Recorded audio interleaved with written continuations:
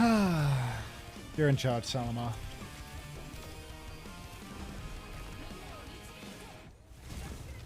I guess. CR equals cortisol reduction. Need that. Need that bad.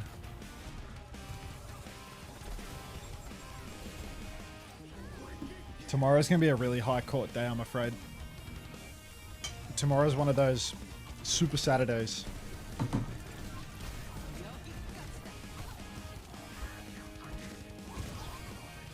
Where I have to go Korea into EMEA into NA, but without Crandop nap time. Look at the schedule. 4 PM local time, Poker Face vs Cheeseburger. Ignore China.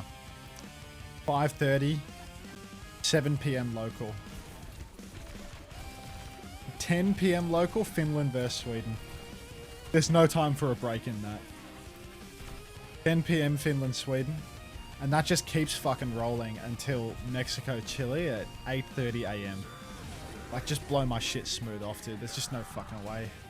And then at 4 PM, I gotta be back on for Superbad versus O2. Like, I genuinely think it would be more fun to get waterboarded than to adhere to this schedule. Fuck. It's gonna be a long weekend. Hunter, did you get your free movie tickets to Robinhood?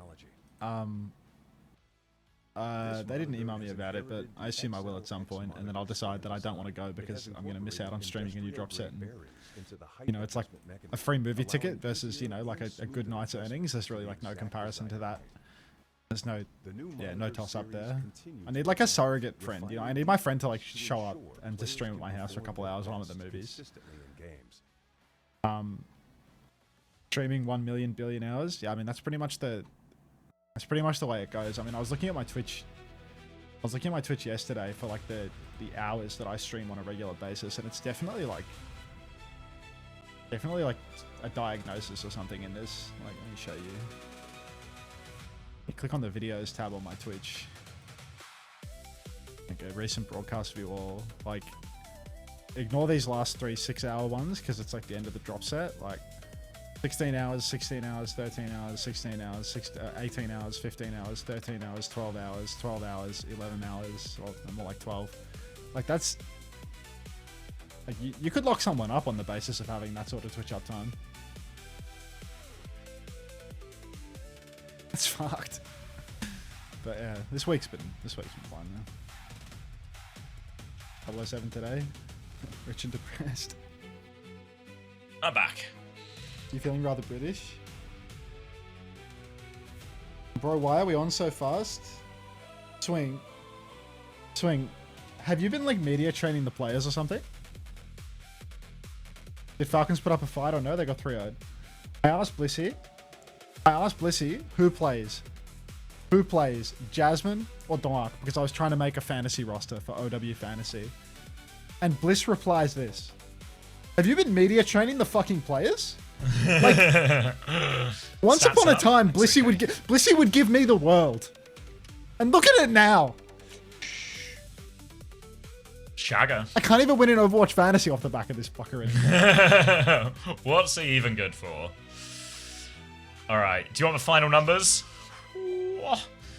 Vichy continues to be a point monster. 26.5, 26 for Heesang, 24.5 for Trong, so only just behind despite being cheaper.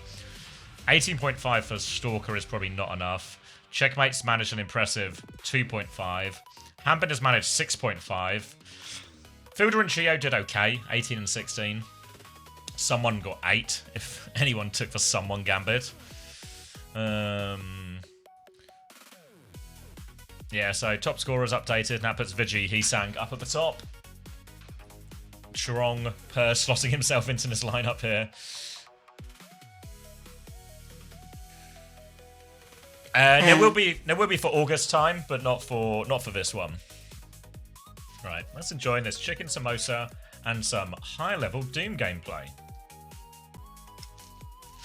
Where's the Doom Fist?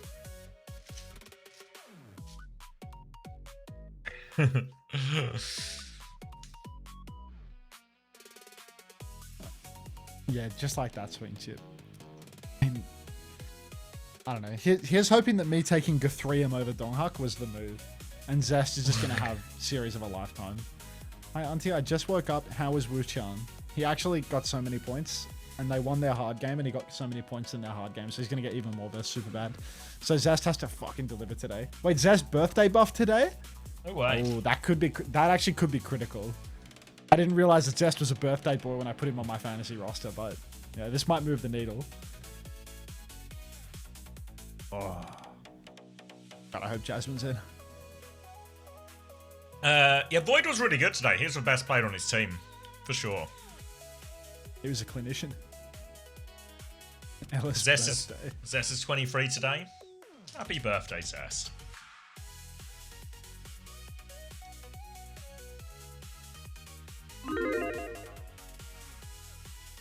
Where am I? 676th? Fucking look at his bum team. Look at his bum team. Some dude called Zest Unk. Wait, let me... How old is Zest? This could be trouble. He's 23.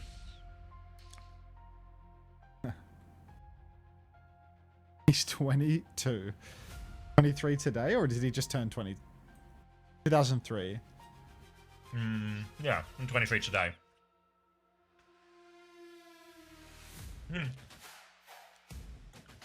Yeah, it's currently more of a race to the bottom, really.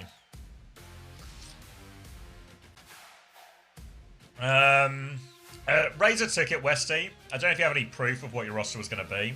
Without proof, we probably can't really do anything from a competitive standpoint. He's so fucking old. He's so fucking old. Hey, Dredrick. Hey, Trash Fuji. That's a chicken samosa. I've never had a chicken samosa before. 28 is still young. Don't worry about it. Oh, thank you, Muesli. Do you know if the drops are still on Muesli? Or if I can get drops from this stream? Let me just lamb or veg. I'm 40, chill. No, you're not.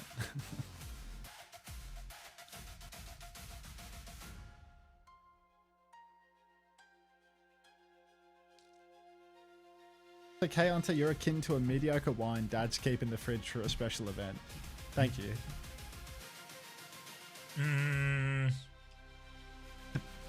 Yeah, raise a ticket and send it, Westy. I'll have a think. Have we I'll speak to Toby. I haven't Dino Danced in it. Whoa, the main chat's full of Dino Dancers right now.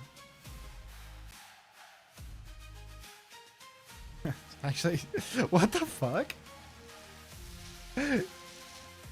It's getting a mind of its own at this point.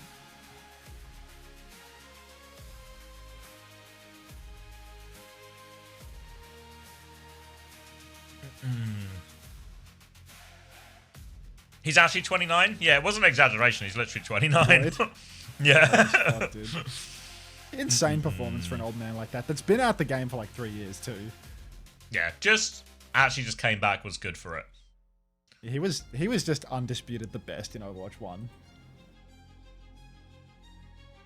Do I hop on, what's this, Forza 6 or FM26? I've still never got into FM26 yet. I saw Big Kev was playing a bit of Forza yesterday though, so I don't know, maybe that's the hot property game right now.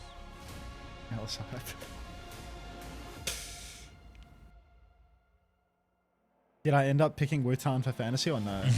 No, I picked Zest instead. Because he's a 23-year-old birthday boy. Hopefully it's a 5-map banger. Did I get the T1 hat yet? No, but I think Swing Chip approved my request today. Maybe. I'm not sure. I low-key insulted the merch after she said she approved it, so it might have like gone backwards. No, I mean, why did you insult the merch?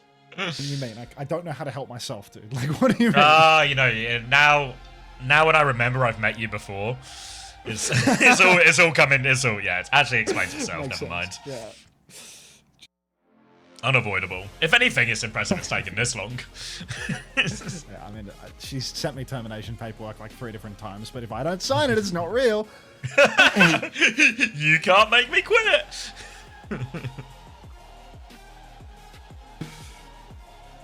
Are you going to prioritize OWCS or Overwatch World Cup on Sunday?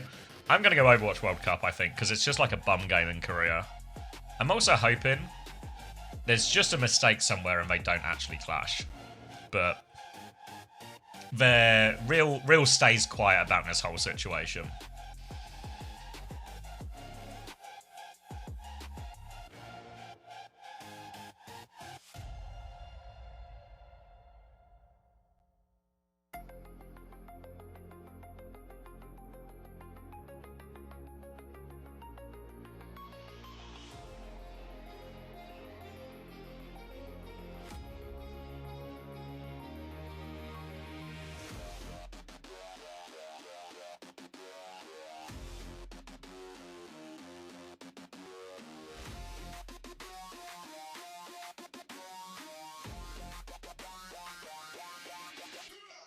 God, I actually need Proud to do so much work in this series to recover my fantasy, don't I?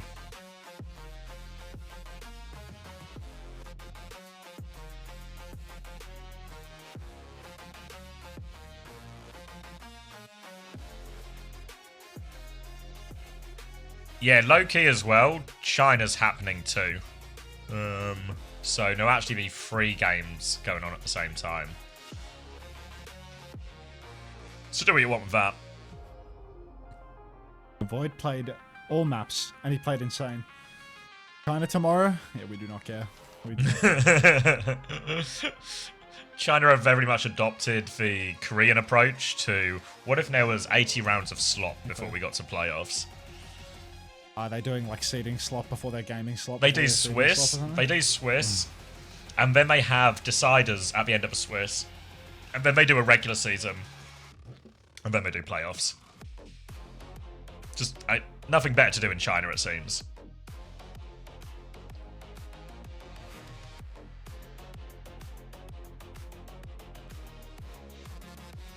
Yeah, because I think the game it clashes with is... Where is it? I think it's just the last game on Sunday, which is Crazy Raccoon Poker Face. Which just seems impossible now it's going to be good.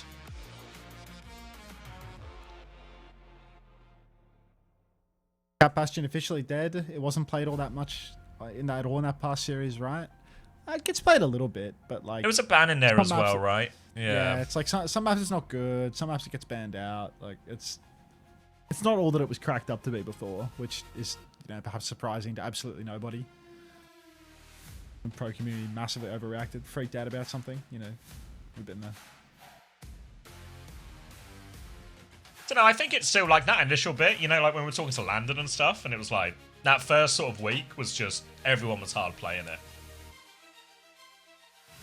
And then once it came to crunch time of like, actually got the tournament this week, people realised there's got to be another way.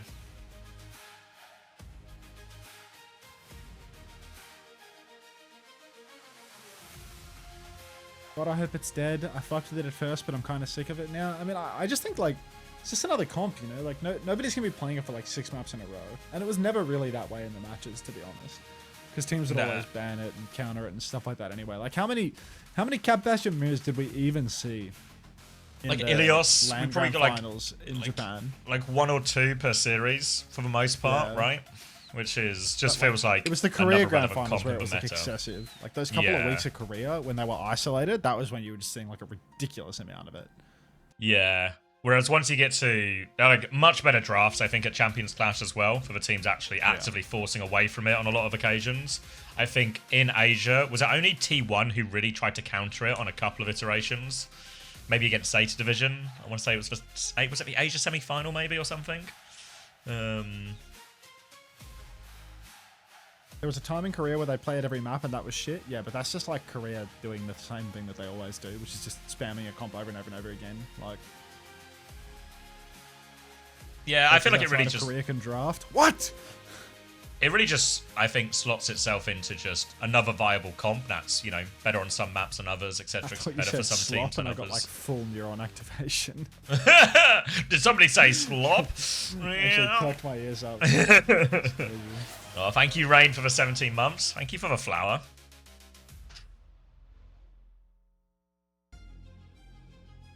Korean handshake mirrors have been in the culture forever. It's a cultural thing.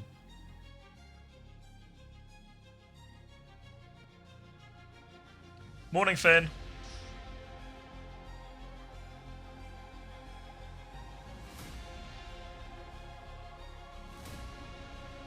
Yeah, I don't think it was that bad to watch. I thought it was actually...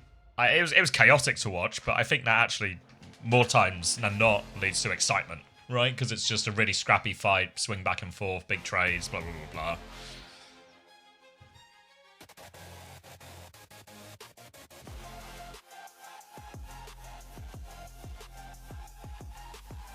Oof. Gimmick comp has a short lifespan.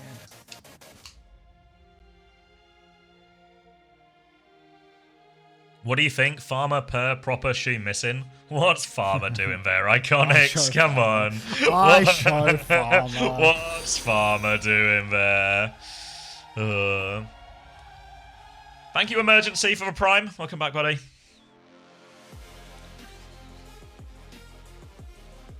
Alright.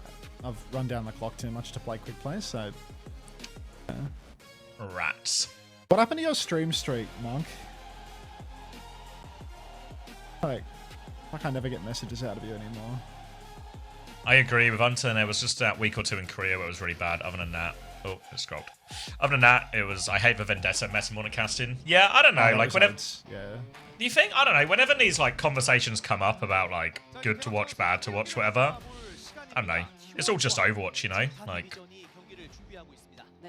I don't remember having like an active feeling of like this is bad to watch because of the comps. I remember thinking this is bad to watch because both the teams are shit or something, you know? But I don't think any of it really comes down to the comp for me.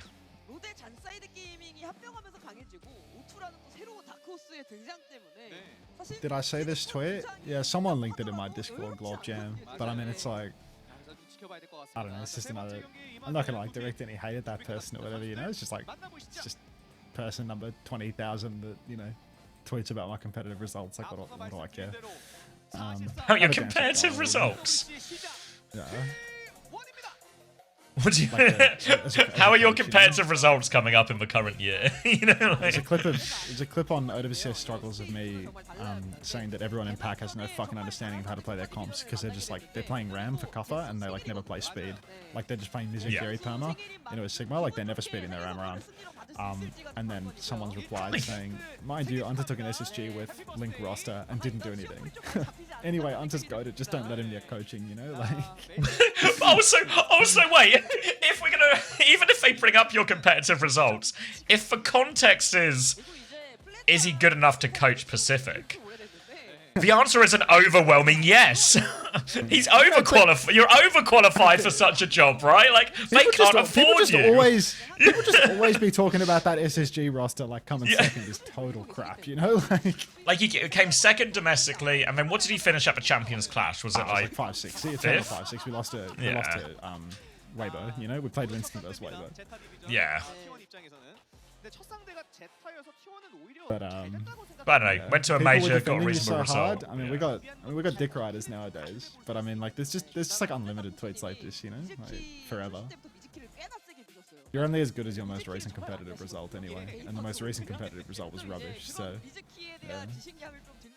No, I didn't have that. We came fourth in stage 2. That was why everyone's really negative about the team results. I don't think anyone was super negative about coming second to GK. Because, you know, GK won North America 2 stages in a row. But we lost to Nightmare in stage 2. That was the bad result. I think the problem... That person goes on to say CJ's a top 5 main support. Great. The problem with these ones as well is, by their logic, essentially, right? Like, the concept is, you don't even do that well as a coach, so what right do you have to criticize the players who are playing, you know, in OWCS currently?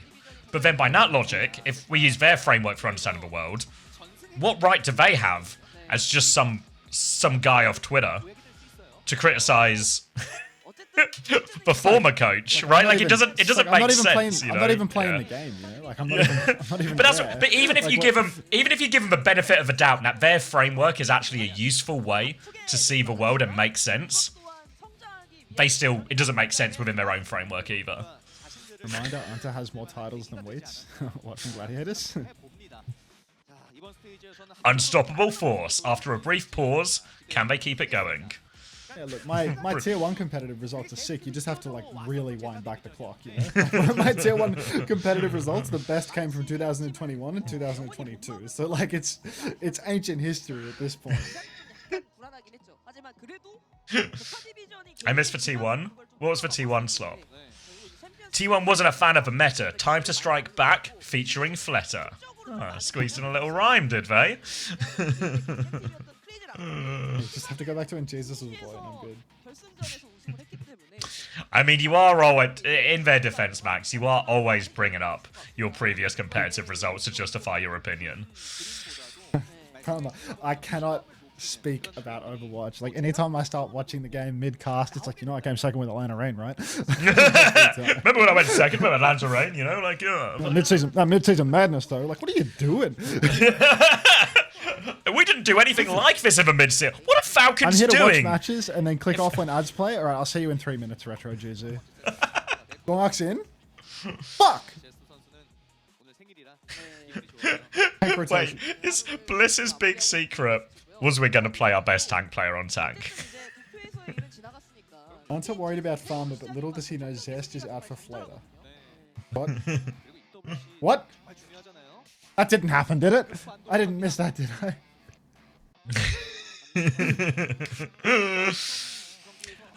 You would have seen it, Max, if you weren't busy talking about, remember that time we got Pata the mid-season madness? Yeah, we all remember. Everyone remembers, because it was awesome. It was unforgettable. How's the team mental heading into this game, Unter? It's a secret, Camel. It's a secret. All right. Just trying to give a quick ocular pat down to the T1 lineup right now. See if Fletter's in. Looks an awful lot like Zest on the stage to me. Does T1 still employ you? I'm not sure. Ask Swing Chip. I reckon what they would do is like shred your contract, but just not tell you and wait for you to figure it out, you know? So you just keep streaming. The money stops arriving. Yeah, like how long does it take until he like just notices there's a missing paycheck a couple of months? I mean, we've been trying. Happy Zest Day, alright, Swing? Alright. Unter was on Atlanta Reign? He sure was, but don't get him started because we've got a game to watch. We came second in the Overwatch League. Oh, here we go. Overwatch again. League vice champion. Oh, vice champion! Zest is on Vendetta. God, no. This is the worst stats hero in the whole game. No, please. See you later, points. Not every weekend can be the mid-season madness, Max, alright?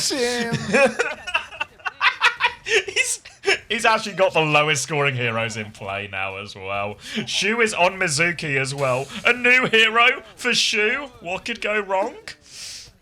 Triple threat. All three of my picks are on wank for them.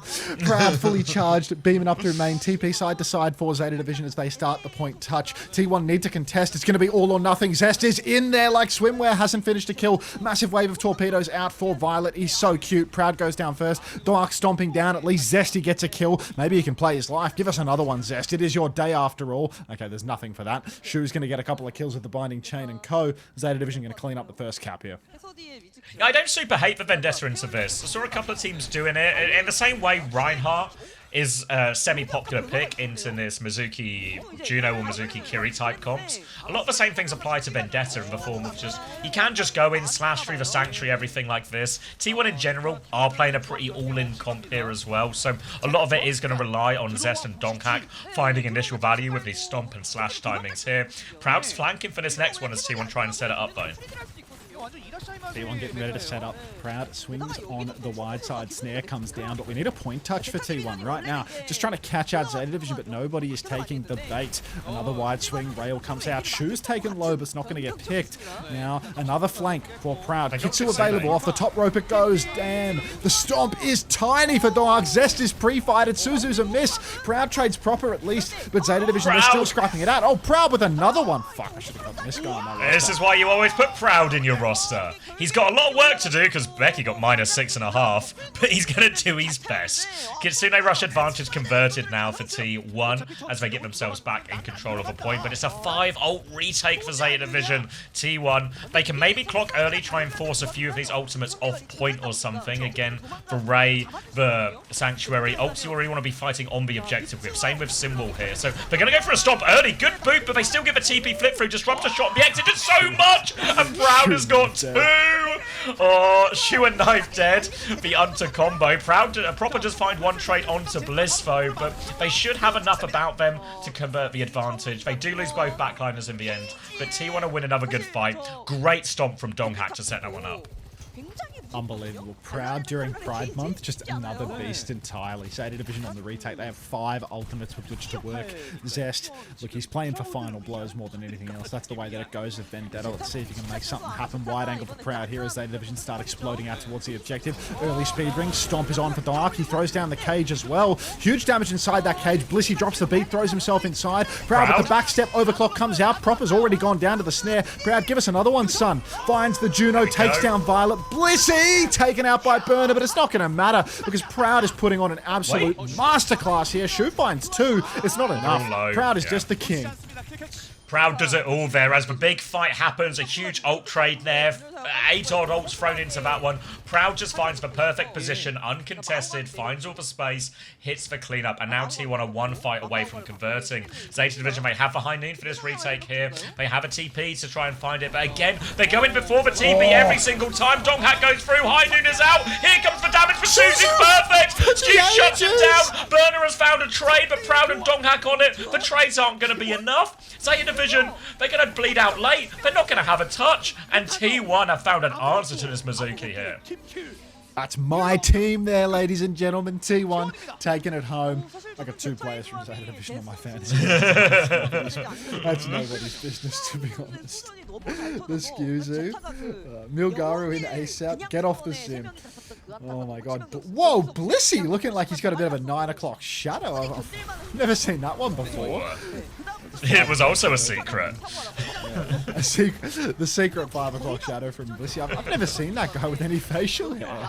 You've lived with him for periods of time as well. Yeah, but he keeps on top of that shit. 18-1 for Donghack. God, I wonder why this. Why didn't I put that guy on? Why didn't I put that guy on? Don't worry, Gafrian will probably do the same, right? Surely, right? Right. The 3 of them known for performances like Donghack. Zeta Division need to find an answer here because T1, between the Stomp and Zest Spin, they are doing so much to deny these early TPs. Zeta Division aren't actually getting to flip the map or move around anywhere near as much as they want because a Stomp and a Spin disrupt for TP entrance and a Disruptor shot is waiting for them on the TP exit here. So, smart, sensible solution from T1 here. It's on Zeta Division to try and find an adaptation. Now a snare comes through and Zest first to fall. Burner's actually caught him early on, trying to disrupt the TP. Apparently not going to go their way. Blissey's in big trouble as well. Get out of there, Blissey! Dark will fall. Proud will trade Shoe as well, which is just a catastrophe for my fantasy lineup. As Zeta Division get bodies on the point, threatening that first cap. Snare out as well, and yeah, it's just going to be Zeta Division taking it nice and easy now. Bodied up on the point. T1. Retake's a little bit awkward for them if Zeta Division are ahead of the game with their TPs to rotate backwards.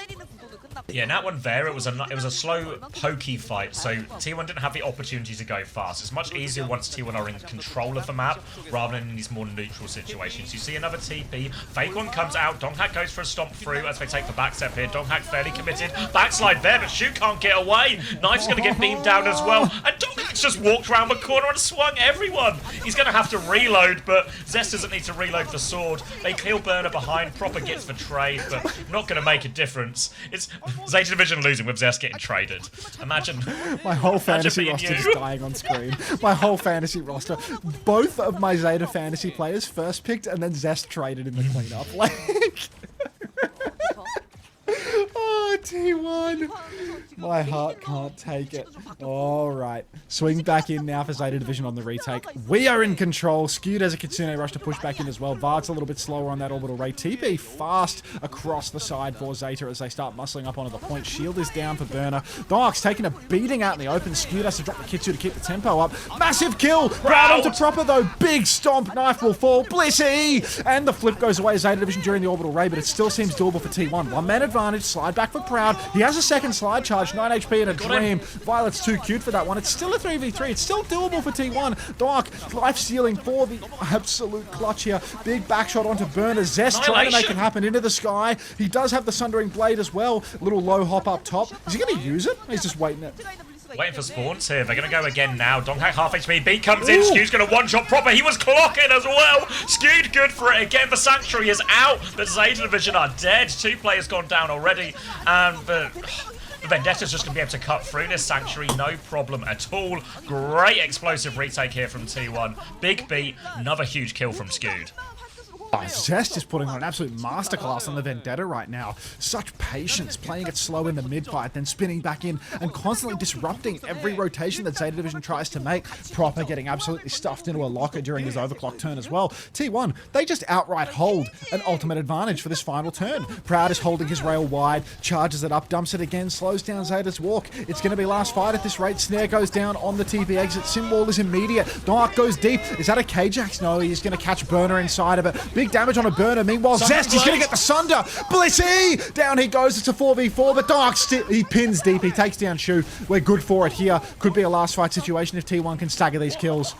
Oh, Zest did the initial damage, and then Donghak comes in for the cleanup. Going to set Violet on fire as well on the way out. The touch is going to be difficult here for Zeta Division. They will have Speed Ring. They nearly have a Ray, but T1, they are holding close. They've got Clock. They've got Kitsune Rush. T1 with a chance just to end it right here, right now. They're going into the spawn. There's the Clock. Violet's in trouble. 81% will never be getting to that Clock. The Clock, or never to that Ray. The Clock is out. Headshot as well onto Knife. Burner is on the point here. He's got a bit of help from Proper, but they are in so much trouble. Proper has to recall, nowhere to go, booped away from point, no more touches coming, and that is going to be T1 2-0 on this first map. A clinical opener for T1. Really dismantling those sim comps from the side of Zeta Division. Shu, yeah, we did that, sweet chip. Emphasis on the we. In fact, how's about I get out of this current t-shirt and I change into something a little bit more appropriate for today? Hang on. Let me go to the wardrobe. Let's see what honestly, I can rustle up. With this result, as if this result goes through as well, maybe Max's competitive results are starting to pay off.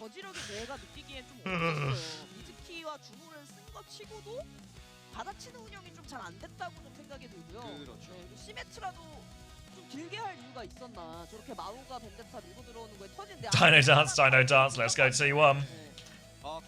Dino Dance, Dino Dance.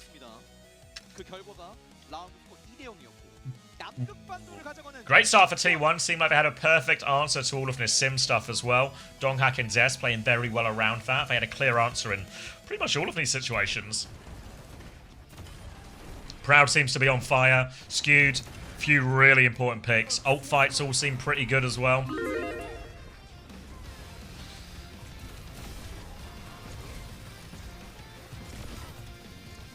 And Zeta Division couldn't get most of their TPs off cleanly. Did win a few fights early on, you know, in the more neutral space, but as soon as they lost control of the point, they were actually never allowed to take space again and get a TP off. A bathrobe, but it can happen.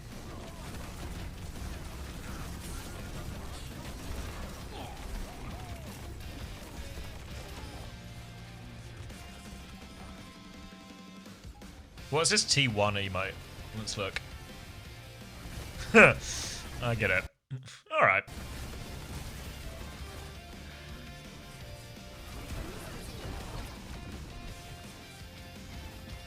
I wish, Zach. What does the Vendetta do here that the Tracer Reaper can't? So, a lot more disruption on the TPs. Vendetta in general, a very strong hero against Sim. Both with the ability to deny people taking the TP, or just to get big damage on anyone coming out of a TP. A lot of movement abilities as well, so you can... What's nice about Vendetta is you can hit them on the entrance, and then you can still have the movement ability to get over to the exit as well, so you can sort of have your cake and eat it too. And also very good into the Sanctuary in particular.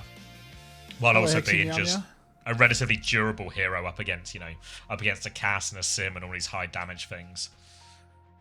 Whereas I think Tracer does Tracer doesn't do enough damage quickly enough in a lot of these situations. Like, the backline's not vulnerable enough. And what's the other one? Reaper. I think Reaper would have been alright into it as well, but Reaper generally a bit better into something like Mauga, whereas Vendetta better into the Sim, while still being fine against Varam in particular. It's a joke. I've seen it on TikTok. I've seen this trend. What would Xavier's reaction be? Xavier... What's my reaction to what? Is it is it the Crash Macarena? No, it's not the Crash Macarena. It's that Rick Owens stopped designing. Ushi, thanks for this 8 months. Welcome back. I don't know what any of those words you just said mean. Let's see the points from that map one. I'm hoping for big points for... Who do I even... Proud. I didn't see it. Oh no, do they normally show it after the break on these ones? Proud has to be big points. That guy was actually pounding. Dear CommanderX, I'm requesting your thoughts and opinions on this one dancing red man. Many thanks, Fat Cummies. Thank you to Fat Cummies on at least 4 of his accounts. Yeah, the guy looks class. He looks good for it. Really enthusiastic. He's always got a lot of energy, this guy. He never seems to wake up on the wrong side of the bed. You're on the right side of the bed. Mr. Macarena. After the break, okay. Wing Chip is not here. Do you think the bathrobe is worth the money? Bracket, even if you got it for free. Yeah, I mean it's alright. It's a bathrobe. Comfortable. Like, if you're looking for a bathrobe, why not? Just woke up. What happened this morning? So we got to see Zanside get blown out of the water by O2 Blast. Then Max stopped to talk about the mid-season madness for about 15 minutes between the maps. And then... Can't forget the kickoff clash. The kickoff clash, yes, that runner-up in the Overwatch League as well. Yeah, okay. Does he just have his CV on his desk at all times? And then Crazy Raccoon actually just kind of smashed Falcons, which was I mean, maybe not a shocking result, but the performances for scoreline, I think, a bit more shocking. 20 minutes by my count. Proper as 8 and 8. Was that Proud on 29 and 3? Fuck. 35 and 2 dongers. Fuck. Imagine if I went per dong hack, Proud. Imagine Jasmine gets subbed in now. Oh, I could really do with a little Jasmine sub in here.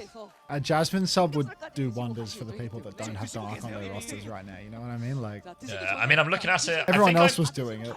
Yeah. I feel like I need to change.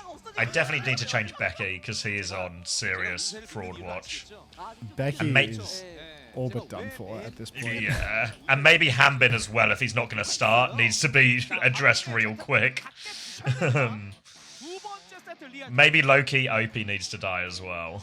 Secret almost made me swap off Dark. Yeah, I mean, like, what's he keeping that secret for, bro? Like, what's he keeping that secret for? He's just trying to fuck my fantasy roster is all he's trying to do. We see. I mean, Becky, it just seems so tempting, you know? I just thought they'd be a little bit better.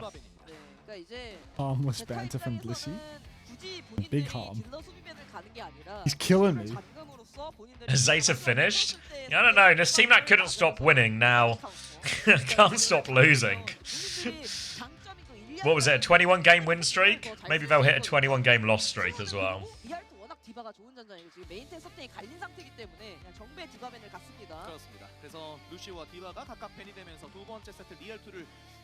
Wait, is Burner still in? Let's get eyes on looks this. that way. Looks like a no subs situation. Dude, look how clean Skewed's bowl is. Holy shit. You think it was his birthday? Little birthday trim. I mean, it looks like he got a touch up before he walked out on stage, dude. One to rival the old Twilight Bowl, that one. And we're on Rialto. And Dark's playing ball on Rialto. Finally, Zest is on an earner hero. Are they starting on ball Are they here? going to play Cat Bass? Looks Or are like they just going to do Zeta, some, like... just like Widow bullshit out of spawn for a little bit type Yeah. thing. Hey, Caramel. Oh no, he's got Bastion. Right, T1 are on ball here, and actually the Farah's going to match up really poorly into this Cat Bastion as well for Zest. So this might be a nice easy break actually for Zeta Division on this first corner. My points! Have you considered that it's Zest's birthday?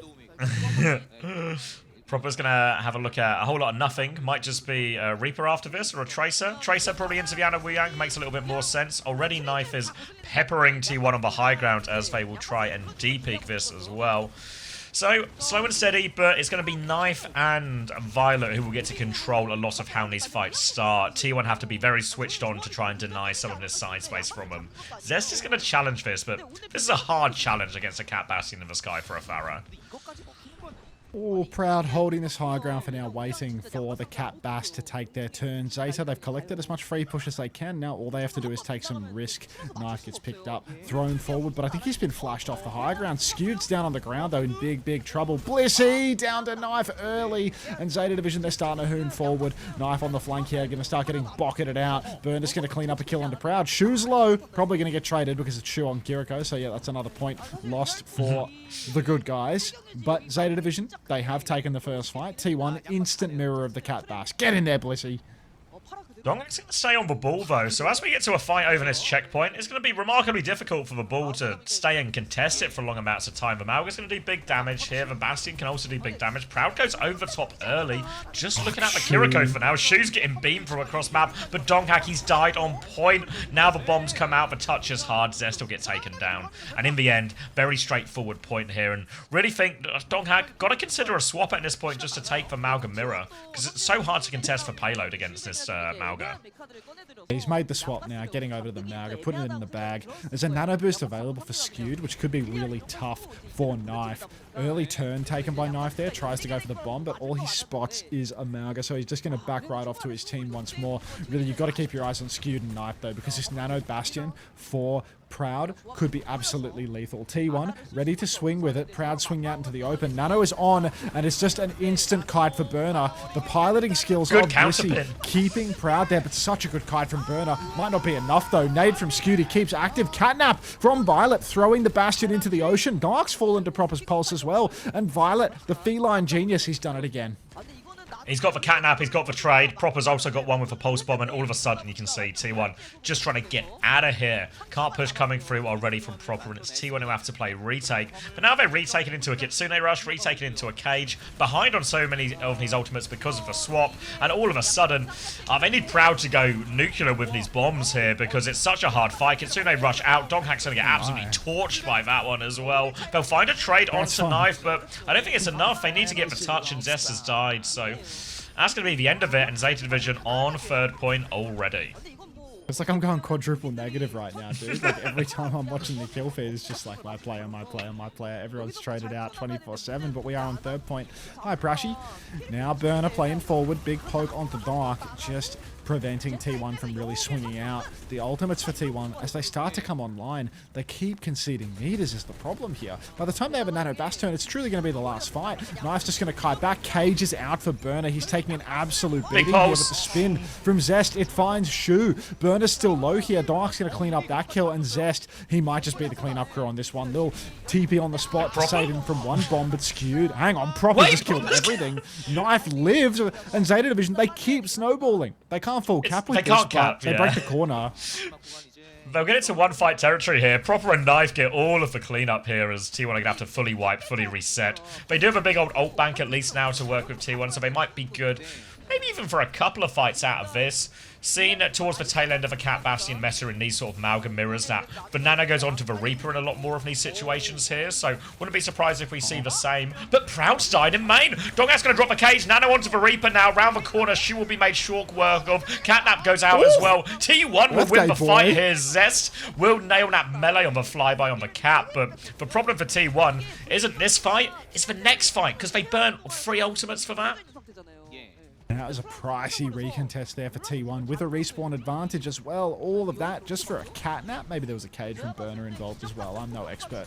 But Proud does have ulti for the next turn. A strafing run for Blissey could be the move here. Looks like they're going to take it nice and slow though, waiting for the enemy Malga to push inside. Knife just posturing in the air at the moment. Zest TP's in there, going for the aggress. They push deep now. Right. Form timing is out. Knife on the ground, has to use bombs. Might not live for it anyway. Goes for the counter bombs, forces Proud to match, and Proper follows up with the kill. So it's a 2-for-2 exchange. Shu's dead, of course, because it's Shu on Jericho. Blissey out the sky, but the trades continue. And Zest, he might just be able to do it all with Dark alive on cart. Yeah, with the Malga here alive on cart, Zeta Division can't really get too many more meters. They have to be careful, no one trades late, of course, T1, but their spawns are significantly closer. Donghack will get top back up, and T1 will be able to stabilize. And very valuable fight, because Shu got Kitsune Rush partway through that fight, but because of the trades, didn't actually want to invest, which means T1 are now a lot closer to their next wave of ultimates. The spin, the nano, the catnap. They need a little bit more time, T1, but they're so close to having the ults to answer this Kitsune Rush. Oh, Knife. Knife's dead. Spin. Massive spin from Zest. The trades are good. It's a 2 versus 2 right now, I think. But Proud is so low. Blissey and Skewed are the only men left standing. It's critical that Skewed can... Oh, he lives. Skewed. He gets the kill on Burner. And would you look at this? It's like backline. It's an old vintage Violet plus Shu clutch. Skewed, Blissey doing it all. Unbelievable. Blissey scratching out Proper's eyes to close it out. And T1 holds strong. Great hold there, win the clutch, and really from this situation, T1, as long as they keep getting trades here, they will just be able to hold. It was 5 minutes they were staring down the barrel of at the beginning of this third point, already down to 2 minutes. Now they got Nano and Cage and Catnap and lots of good answers to help win this trade. Catnap goes out early from Violet. Don't quite know what he saw, but it finds nothing, and that's just going to be more ult advantage. Cage round the corner, defensive Nano onto the Reaper, big damage onto Banar already. Down he goes, the chase onto Shu, TP in, no escape. Knife has found a trade, but Banana will get the job done again, and T1 fairly comfortable hold. T1 in this Cat Bass matchup doing God's work. Proper's refusal to swap off the Tracer is really costing them here at the end of the map. He can't kill these backliners. They're too close to spawn. They're too safe and able to back it away. Proper now he gets on Reaper with only a minute left on the clock. But maybe the time has already come and gone for this moment, to be honest. By the time he has a spin, it's going to be overtime. T1, look at all the ultis they have. Early strafing run out from Knife here, but he cannot aggress with this one. He has to just take it slow. Zeta Division, really, they need to charge ults before they go. They need something to work with here, Zeta Division, because otherwise we're just walking into a cage and some type of catnap combo or the artillery strike as well. Donghack going to go in now, goes for the cage. He's taking a lot of damage around here. Catnap over top, perfectly suited as well. Proper's going to die anyway. 1-for-1 trade only. Bernard needs more help on point right now. Donghack's getting topped up as well. Skewed still has the nano though. Zest low into the back, doesn't have the Wraith. They go outside, the nano comes through. Zest has to do it all. He's got the spin. He drops the spin. He kills everyone else. Happy birthday, Zest. And Zeta Division falling apart here. They're going to stagger the Malga out as well. And this touch is going to be max difficulty for Zeta. Oh, birthday buff coming in heavy for Zest right now. Zeta Division flying back in from spawn. Proper getting the taxi, Knife getting the taxi mid-air. I think the Tracer has actually had recall forced. A touch is secured by Proper on the Reaper. He has to Wraith out now. But who's touching next? Proper's just doomed. He's getting run down. Proud's going to take him out. Bombs now come out. A couple of blinks into the back for Knife as he tries to get that stall going. But it's so hard for Zeta Division to close this. Violet's killed Skewed. Hang on now. Hold on. Shu's killed Zest. Bernie falls. Violet is still alive. Shu pocketing him through it. Knife goes down though. And now it's just 2 players left. So close for Zeta Division. Shu in the corner. Oh, good KDs. Good KD pay there. Shu, good boy. Oh boy. Shu and Violet in overtime when we get to third point Rialto. Even the more improbable ones they make a good go of there, but T1 a great, that was a 5-minute hold on third point there. The trades, the swap on to the Cat Bastion mirror. Great result for them after the start they had to that map as well. Huge plays from Zest in particular there as well. And Skewed and Bliss also deserve some credit, keeping themselves alive in that one big clutch too. So really not too bad actually from T1, all things considered. Actually outrageous. 5-stream streak. Great hold unto lurk. That's what I'm talking about. Lumpiest Bark 3. Oh god. Damn. 20 and 6 for Zest, 10k damage. These bastions though, they do pump damage. Like, Knife is 20 and 7, 10k. Yeah. I didn't see Shu's stats actually. Did you get eyes on that? No. Shit, he's back on Mizuki. He went negative when he played. He went negative when he played Mizuki last map. Shu wasn't looking good. Yeah, I mean he was dead a lot.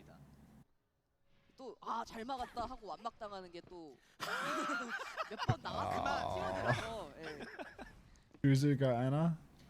Who was taking the piss? I mean, see if I can get eyes on these stats. We'll see. So Zeta Division going for a little bit of an interesting defense here. Sigma, Mizu, Kiri. They still have the Bastion, but it's a Bass on the ground, and Proper has to hold down these high ground positions on the Farah. T1, they just have plain old Cat Bastion, which means that they can go anywhere they like up on these rooftops, and it's going to be really difficult to contest them for the Zeta side. Proper, much like Zest, is going to find it very difficult to match up in the sky versus the Cat Bastion. Needs to fight in positions where he can be assisted by his Bass. Zest has actually gone and swapped back over to Vendetta, an absolute terrorist when it comes to my fantasy score. Interesting one here, a sort of hybrid between the Cat Bastion and everything else. Again, it's going to be sort of tough for Proper in a lot of these situations. Everyone's just going to come gunning for him. Interested to see how T1 take the fight. Again, it's kind of just a crash-out comp, you know. The Malga's going to go, Vendetta's going to go, Bastion's from behind as well. One trade comes through, Skew dies as they go in for this one here. Big damage on the way, but Zeta Division might have kited the worst of it. Dongat goes in for one more, but the shield is perfect. Zones them off, and Bernard can play cleanup now, and really, this is the nature of the game, right? T1 have a comp that will keep crashing out, and Zeta Division, they just need to try and survive that first engage. If they survive for 5 seconds, they'll probably be enough to win the fight.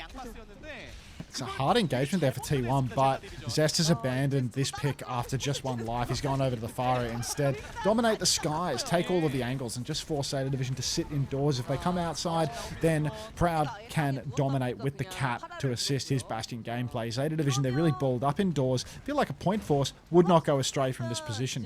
Dark pinning all the way behind, though, setting up for some sort of newfangled flank from the looks of it. And Zeta still just continuing to be boxed indoors. Yeah, Farah now from Zest, so they can just play a lot spammier, a lot slower in these situations, but eventually they have to try and get this payload to move away from Bernard. The rest of Zeta Division will pivot around, and they are sort of stuffed in the choke a little bit here. Now the stomp comes through, tries to boot them off the map, awfully low. Suzu is good. Proud into the skies, getting beamed down, has to pop the ult just to live. Bombs come through as Donghack drives through. Knife's going to respond. Zest got the better in the skies, they player advantage for T1, but Donghack goes down looking for more. They try and re-peek into Zest, but T1's still being forced to play it slow, and the payload hasn't moved this entire time. But the damage from the skies, it's just too much in the end. Yeah, Proud and Zest surrounding the backline of Zeta Division. Now they're just trying to touch onto the point. That makes sense why there was a good Suzu. It's Violet on Kiri, not Shu. Now Zeta Division, they have one final fight for this first point. Decent ultimates for both sides here, so really is anybody's game. This flux can be so difficult to manage, but Violet's actually moved off the Kiri over to the Cat, so they're going to go for a little bit of a Cat Bastion gambit early on here. Shu going to presumably dump that Sanctuary and go for a swap afterwards. Boop from Zest nearly knocks Shu off the map. Strafing run in the back. Knife has forced Proud down to the ground. Suzu hits. Sanctuary's down. Big damage on a Proper. He gets stomped. He dies before he can shift. Zest barrages inside the cage. Kills Shu, but Knife has found trades in the back. Dark all over the payload though, and that's going to be our first point cap for T1. Takes us 3 minutes, but we get there in the end. He sure did. Reminds me. Gonna be first point after a lot of time here. Reaper swap now for Zest as we just end up in a mirror, really, of what we saw towards the end of last map, except Skew's gonna be on the Kiriko this time here on the attack rather than the Ana. A little bit less space to work with. The nature of the swaps, though, means the ults reset, so T1 do still have the ult advantage here. Donghack has that cage ready to go already as they meet on the corners. They just want to fight early here, actually. They go all the way around. Artillery force straight away here. Wow. Bombs to try and save his life. Bliss is going to die. The cage is out. Donghack has a lot of people in this cage, but can they find the kills? Zest gets 2, but Donghack's low. The trade's pretty brutal here, actually, for T1. They're all going to fall in the end, and that was the cage fight.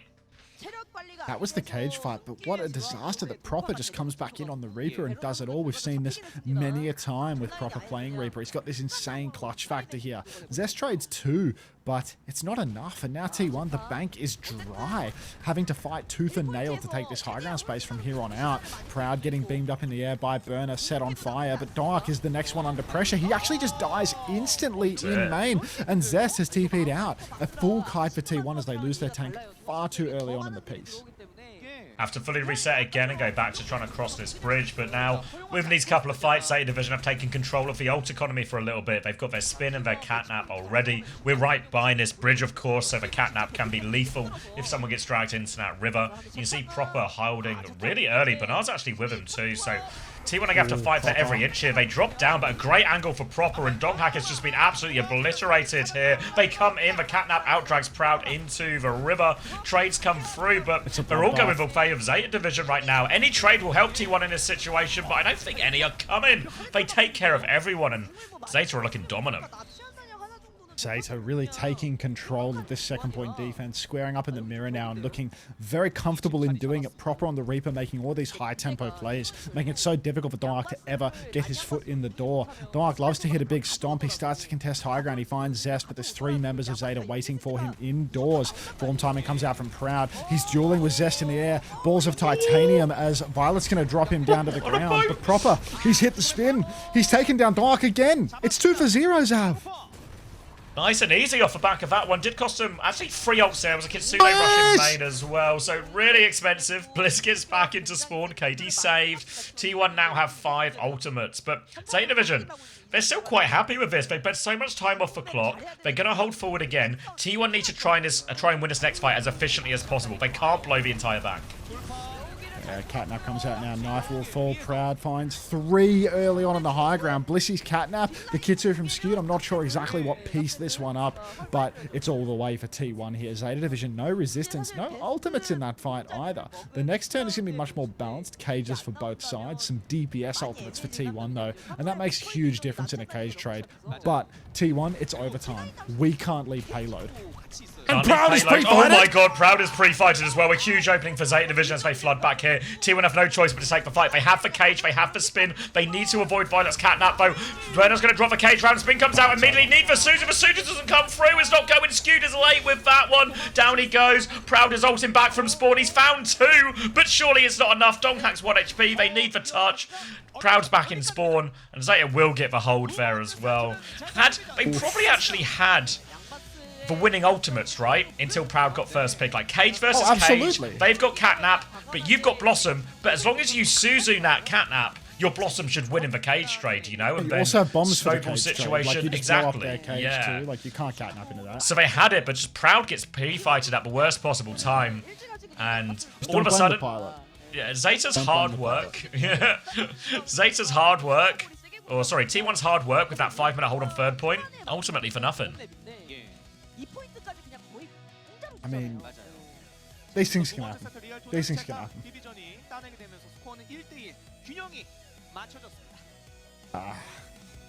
Big 2 kills from Proud at the end point. I mean, it's actually good for my fantasy. Like, he got a cheeky 2 on the way out there out of nothing, right? Like, get another point there. Oof.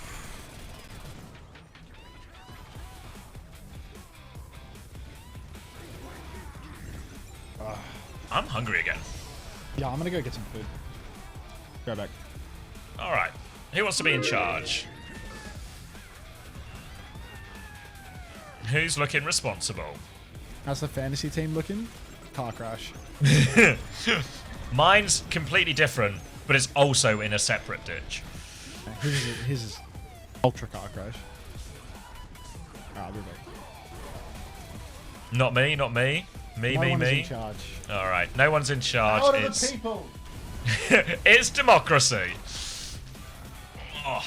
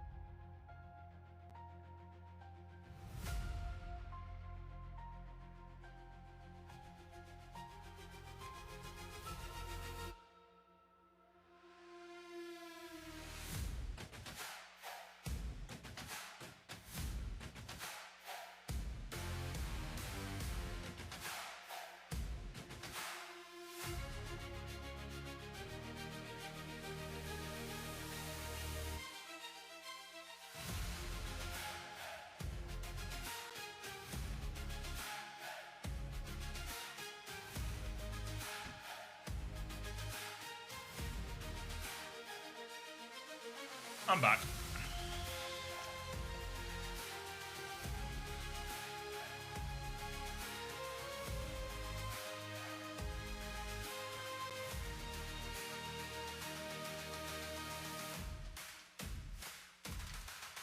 You're all good? I kept everything in order. Thank you, Defiant. I knew I could trust you. Did we get a scoreboard and points and all that? Where am I going? Here.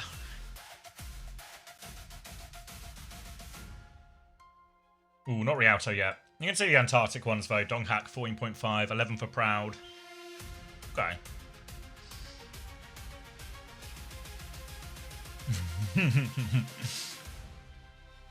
You check on Unter's chat. Everyone in order.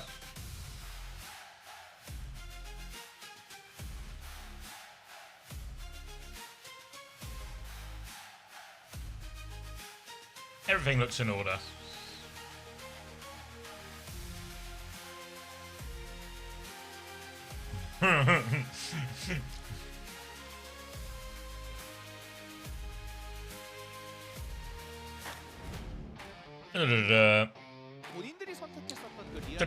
Is attack on liquid in the same pickup?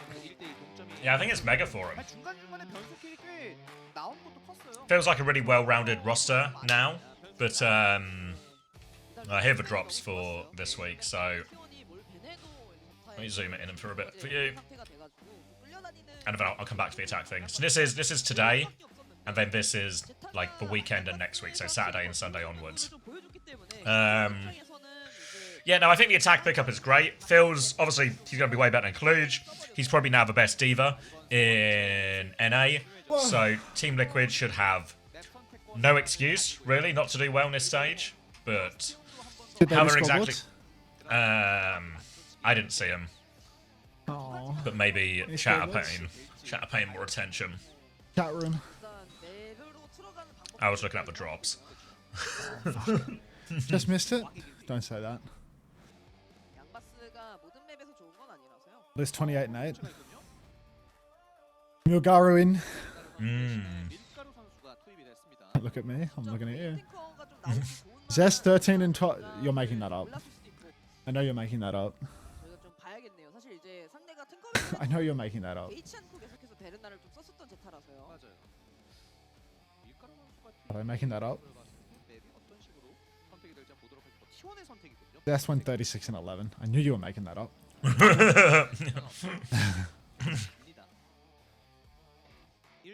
As he's, from all the Vendetta worries from the first map, playing Reaper in that matchup currently is Zest really is top good. score because Proud score hasn't been entered yet. That'll do. Zest is looking like the best investment in this lobby because Dark and Proud. As long as we don't get all the information. Yeah. With the limited information we have, Zest was the best choice on the table.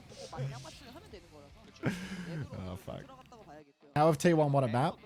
Grit, gumption, heart. Alright, Hilarium can tank it. Thanks, Merit. Resilience, yeah, that too. Talent, yeah. Keep them coming.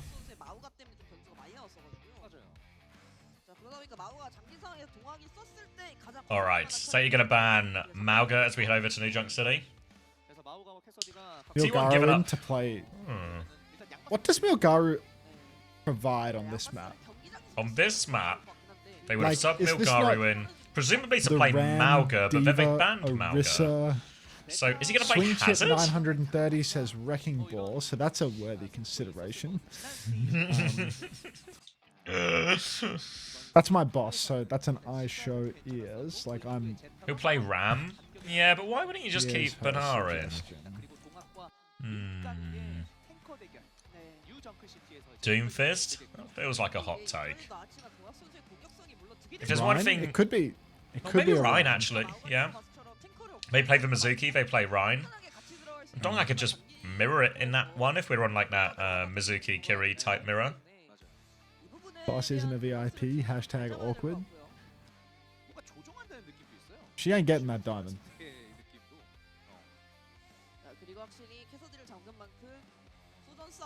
It's quite hot on this map, so you need the Iceman to keep everyone nice and cool. Okay, makes sense. Dark is super scoring. Oh. Oh, Dark is actually super scoring. Kind of seems like he's not getting subbed out too much either, doesn't it? Why did Bliss say secret? Like, why did Bliss say secret when he could have said in a quiet whisper, you know? Like, that would have totally... Another Can I year just say... where Unter is We lost blaming all right of his after. problems on Bliss. You changed? You can say that, Swing?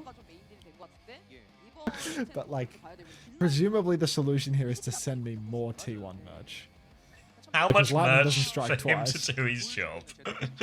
Because we started losing as soon as I put on the PJs. So just to be clear, your boss in this situation is asking you to take your clothes off. Correct. Okay. Somebody get HR on the blower. Think somebody needs to have a little chat with Swing about appropriate workplace conversations. More things for you to wear as we burn to death. Team Liquid was selling a $5,000 sword. Why can't T1 sell that? T1 has Faker, and he's priceless. Anyone found Comp Snap Break for Sigma stuff yet? And that isn't for Malga. Seen a bit of Reinhardt up to Attempted. Didn't really work for Falcons. Saw a bit of Malga and Ran from Falcons. That kind of worked until it didn't. Some Vendetta Malga from T1 has probably been the best looking counter so far, Jamie. So it might be time to go Vendetta. He's got the T1 jammies. I know dance map starting. Thanks for the help, Sniper. Appreciate that. All right, Who do you New think is Jack winning? City. Probably Monk Z. Whoa. Is T1 really going to do this? Or maybe it's just a secret for now. That's Aura. That's Aura. Okay. As- Go on Genji. Go Genji. Wait, I was Vendetta? like- Okay, I could kind of get behind it. No, we're going to go Hazard, actually. now. Oh. This is interesting. Similar idea, believe. right? Still going to be I good. believe. Both of these are going to be very good into the sim as well. Decent into the Mizuki. Ways to be explosive and exploit the fact that Zeta Division are just slow and grouped up a lot of the time. So, name of the game once again for T1 against this sim comp is aggression. Punishing these TP timing through the spin, through the wall this time. Lots of opportunities. And all the while keeping Proud free as possible to get this damage. Disruptor shot just so much. The Suzu counters out some of it. Donghack is in there. Full spin. Good counter Suzu though. Donghack will get a 1-for-1 trade. 3 versus 3. Tank advantage as Milgari wins that 1v1 on point. But Proud and Bliss still on the high ground. They find one. They got to deal with Ramattra. Heal him, Bliss. Heal him. Well, shield is up from Milgari. Bliss with a little boot back. Form timing as he's forced away. And Milgari wants to try and get the cap here. Oh, he's so low. Down to the point, you aren't going to cap that one. Proud is actually the point farmiest player ever. It's just good for it. Yeah. Like, just so good for it. Now, Dark's back on a true Aura pick. He's playing Doom, and you Now know we're he's talking. good for this one. Now we are actually talking, and whoever picked Dark for week 1 is definitely winning fantasy, because this guy is just doing it all right now versus Zeta. Milgaru He's gonna mirror opting it. to mirror the Doom. Yeah, that worked so well. That worked so well versus Twisted Minds, buddy. Let's see how it goes versus Dongak. Good fucking luck. All right, punch out for Dongak. He's immediately contesting Milgaru, ready to go for his next turn. Can slam the choke if he needs, but Proud has a charged rail. He's going to dump it into Shu, who immediately has to backstep. Suzu's out from Violet, and Shu is first picked. Zest good for another, and it's just all clean up for T1. It's just so hard for this backline in these situations. You know, Donghack will come flying in, and Zest will come flying in. It's just not enough. You saw there when Knife goes down. There's just no peel left, and Zest found another big slash to chase down Proper. And now it's a difficult touch. Milgaru, another curveball solution here at Zeta Division. Try and find a comp they think can work. Milgaru moving over to the Hog now. Outrageous, really. This guy just eternally trapped in a losing position. And that's going to be the cap going the way of T1. We did that, baby. Now the push continues. Zeta Division angling to go negative with Knife and Shu for 2 of the maps that I've had them rostered here versus T1 now. Proud swinging out into the open side, 64 on his rail.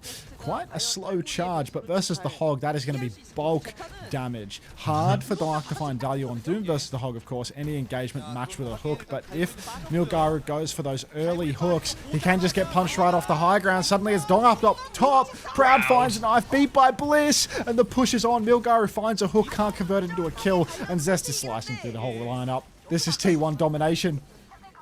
Kitsune Rush trade is so good for Vendetta there as well. Both teams trying to play in the same area, but just slicing and dicing through everyone. Convincing first fight for T1 there. Did cost them both support ults, of course, so Zeta Division gets a repush with a Sanctuary advantage. But T1 have a lot of good ults, you know, the Sundering Blade, the Meteor Strike, both good at fighting into this Sanctuary here as well. So Zeta Division might not be as safe as they would maybe hope, even with that ultimate. Yeah, not a whole lot of safety here for Zeta, especially when the Sunder and Dark are both available. Dark just permanently a presence. Hook comes out, actually catches Dark. He's no longer much of a presence as he gets one bopped. Shu throws down the Sanctuary as well and gets traded by Zest. So Shu, you are genuinely killing my fantasy at this point. Hook in the back, catches Zest though. Every one of my fantasy players going down. Trickle in, boys, trickle in. Lose me another point. Zest to a real get down Mr. President one from Zester as he leaps in front of that hook. But ends up being a relatively straightforward fight thanks to that opening pick from Milgaru. That obviously is the power of a hog in a lot of these situations. T1 get to retake with all of their ultimates though. And Milgaru is actually fighting outside early, but T1 will clear him back for now. Another hook comes through, but he dies. Zest kills him before Milgaru gets the damage off. Pulse Bomb trade is good from Proper, but still a player disadvantage. Shu is on the run. Punch comes around as Shu is back on point now. And Zeta, they're just dying on objective here. All goes wrong at that hook timing there. Good push from T1. Proud overclock damage making a big impact. Oh, Aura Monster at it again now. Zeta Division. Overclock and whole hog for the retake. Maybe a Kitsu down the line, but T1 already 85% in control. Huge point pressure about to come online. Proper's going to have to go down low ground to get the touch. Milgaru is trying to bait somebody in to find a hook angle. Dark engages deep. Now there might be a hook timing for him. He's actually just sucking down that vape, going to push towards the point. He pops the whole hog, but he's getting absolutely overwhelmed by T1. The flip's gone the way of Zeta in all of this, but now Milgaru is dead. It's a 5v4. 5v4 as Donghack looks to close the distance here. Clock from Knife, but Donghack is in his face. Power punches up. Suzu is out. Down he goes. Now, nothing Violet can do about this. Can't ult back. Can't do nothing about that. And that's going to be second one in a row now for T1 once they get the flip back. Oh my god. How has he done this? Now Dark doing it again. Meteor Strike. Thundering Blade. And beat for the next turn. Milgaru with his 4th tank selection of this new Junk City, moving over to the Orisa now. Knife onto the Genji as well. And now to the Mei. You can see how rattled Zeta Division are by these comps, how hard they're struggling. Just constant swaps trying to find a solution that they don't have prepared in advance. Didn't they say this was their biggest problem after losing the Champions Clash? Oh, we're just not ready for a few things, you know? We picked bad comps. This won't happen again, they said. It's literally happening again, right now, the very next game.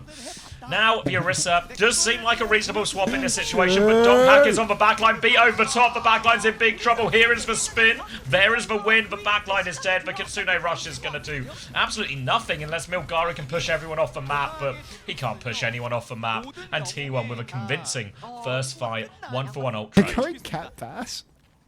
Okay. Cat Kiri. They're going Cat Just have no Bass. answer, do they? Just spinning the wheel, really. Seeing what sticks. Flinging some shit at the wall. Maybe something will stick. Milgaru's on ball. Swing chip was right. 5th tank selection of the map for Milgaru. The swing chip was right. You could have said any tank had been right. Alright. Roll it on through now. T1 in power positions. Proud taken very low early on. Cat Bass go for a strafing run. Proud's just trying to hide inside. Skew getting packed up as well. Proper just constantly delivered value, but Proud finds Proper. Shu's dead to Dark again. What a fucking waste of a spot on my fantasy. 21.5 for that. He's trying to Meteor Strike the Cat Bastion out of the sky. Max difficulty here, but will do it. Punches the Cat there as well. Violet's now awfully low. Violet can't actually afford to stagger out here. Thank you, Lazy Cupcake, for the Prime too. Welcome. Now, Zeta Division, desperation. About to be a 3-0 here on New Junk City. They need a miracle. Proper with a Pulse Bomb could be the answer they need, but they're going to have to push into a Proud overclock. For now, T1, they turn their attention. Damage onto the ball. Damage onto the sky. Headshot onto Violet. He's 1 HP. He has to TP. Proper goes in. Proud takes care of him as well. No chance to use that Pulse Bomb. Proud doing it all again for T1 on this. But Suzu in to keep everyone else alive. There's a Cat Bastion still above him here, but Bastion is low. The slash comes through from Zest. They try and get the players behind the point. Kiriko's so low, but Bastion falls out of the sky. It's just Milgaru left versus the entirety of T1 right now, and that is going to be T1 regaining the lead in the series. Oh my days. 2-1 lead for T1. Blistering map. Let's check out the scores from last. 내부로 양바스를 잘 피해가는 선택을 하고 What with 그리고 Alright, the Rialto was actually, it felt fairly even because they won so many of the points, no? 그거를 막기에 조합을 계속 틀어왔던 Yeah, it's Let's see. 5 for Proud, yeah. 15 for Proper. 이게 먹힐 수가 없는 상황이었는데도 네, 마지막은 사실 진짜 끌려다닐 만한 조합이었는데 프라우드 선수가 이제 T1? Yeah, T1 won, yeah. 캐릭터까지 잡다 보니까 양바스가 I've been hiding this T1 from you. Told you, Camel. It's a 공격적으로 secret. 뭔가 하기 너무 어려웠어요. 3대 0입니다. 유정크 시티에서 T1 아직까지 젠슨왕이 홍대에 남아 있는 것 같군요. T1이 매치 포인트를 찍었습니다. 저희는 잠시 후 돌아오자.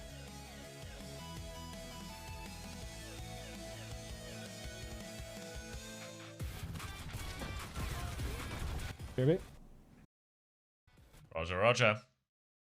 you're in charge. You can do it. Etc. Alright. Great result here from T1. They seem to have all the answers here, and this Mizuki Kiriko comp. Zeta just looked a little bit lost. The Sim version wasn't working for them at all. They swapped onto a more, I guess, classic Tracer Sojin, but the Kiri Lucio Doomfist just causing them all sorts of problems here. Proud on fire. Knife. Anonymous so far in the series, really. But I feel the bigger problem for Zeta is just this Kiri Mizuki backline. They're having all sorts of problems. I can't remember who it was who said it.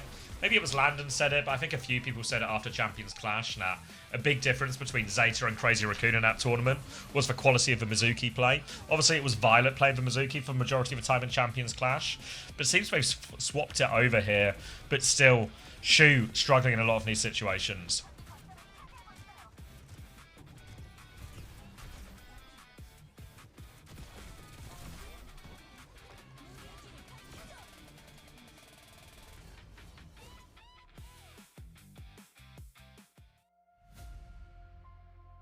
Ooh.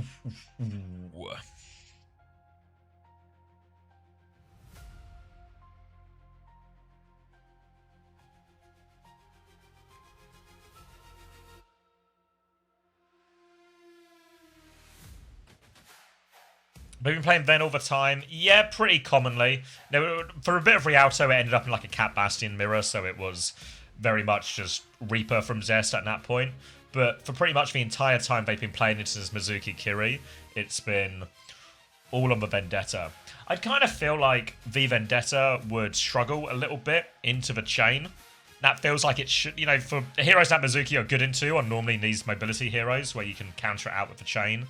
You know, Bull, Hazard, Diva, all heroes that can really struggle into that. Doomfist feels like it should be one. I don't know if there's just a level of... If you have a Doomfist and you have a Vendetta, then you can't chain everybody. And you only get one chain, you still have to hit the shot. You just can't chain everyone, so you just get overwhelmed in a lot of these situations. I think that's why he went Orisa for a bit. Like, Orisa sort of felt... I mean, Diva is probably what you'd really want there to try and help you survive that initial one, even though it's not really a Milgaru-esque hero. Every hero is a Milgaru-esque hero. That's why they sub him into 6 of them. Yeah, we've seen though throughout Stage 1 that Zeta Division are keen to avoid the Kiri Lucio as much as they can. And this is what the Kiri Mizuki felt like an answer to for them, or like a more recently at least, but not working at all here. Until Shu went negative every time they played it. Did they do a scoreboard for that new jar? No. Not yet. They normally do it after the break, I think. Okay. So any second now. Keep your eyes peeled.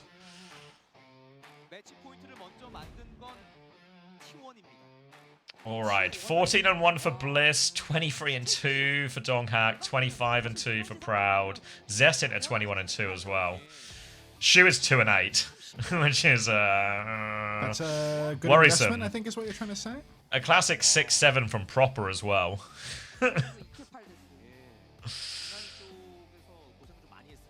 딜라인이 거의 괴멸당했죠? No, 2-8's good, dude. 근데 동학 선수 하나만으로 Yeah, I mean, he did get 4k healing, so don't forget to factor that in. Big heals. 되던 것도 되게 막히고 He's known for his ability to do that. Mm-hmm. Old Healy Shu. 공격적인 선수인 거 맞고요. Yeah, so out of all my fantasy picks, I at least got Proud right. So 1 out of 5 isn't bad, right? Yep. I'd only lose to people who got more than 1 out of 5 good picks. There's probably not many of them, to be honest. Yeah, like, They don't have a crystal ball, you know, do they? lottery winner type people, but you know. Didn't CX have Per missing? I think he had Becky. No, I had Becky missing. Missing just scored fine actually in the end, to be fair. Like I think he still got like just under 20 points, which isn't, you know, is fine. The real problem is definitely Becky going negative and the fact that Hambin didn't play. These are the two biggest problems. Yeah, the Hambin roster situation probably doesn't help you much. No, I mean obviously I can do like what I'll do is I'll swap him to Donghack next week and then Jasmine will play every game. So that's what I think I'll do. And he played a map, didn't he? Yeah, he did play a map. He got like 6 points out of the map, which is like a fine score for a map. Such a cope sentence, you know, like that'll be like me coping about getting 1 point from Shu at the end of this if it goes. Yeah, but at least compare it to Becky, right? Who just dropped to minus 6.5. I mean, Hambin getting plus Shu doing 6. this in the Get role really that is meant behind. to be incapable of losing points. Just a disaster. Yeah, it's not been. The good news about Korea is there's plenty of bounce back time. We've still got like another 1 billion games.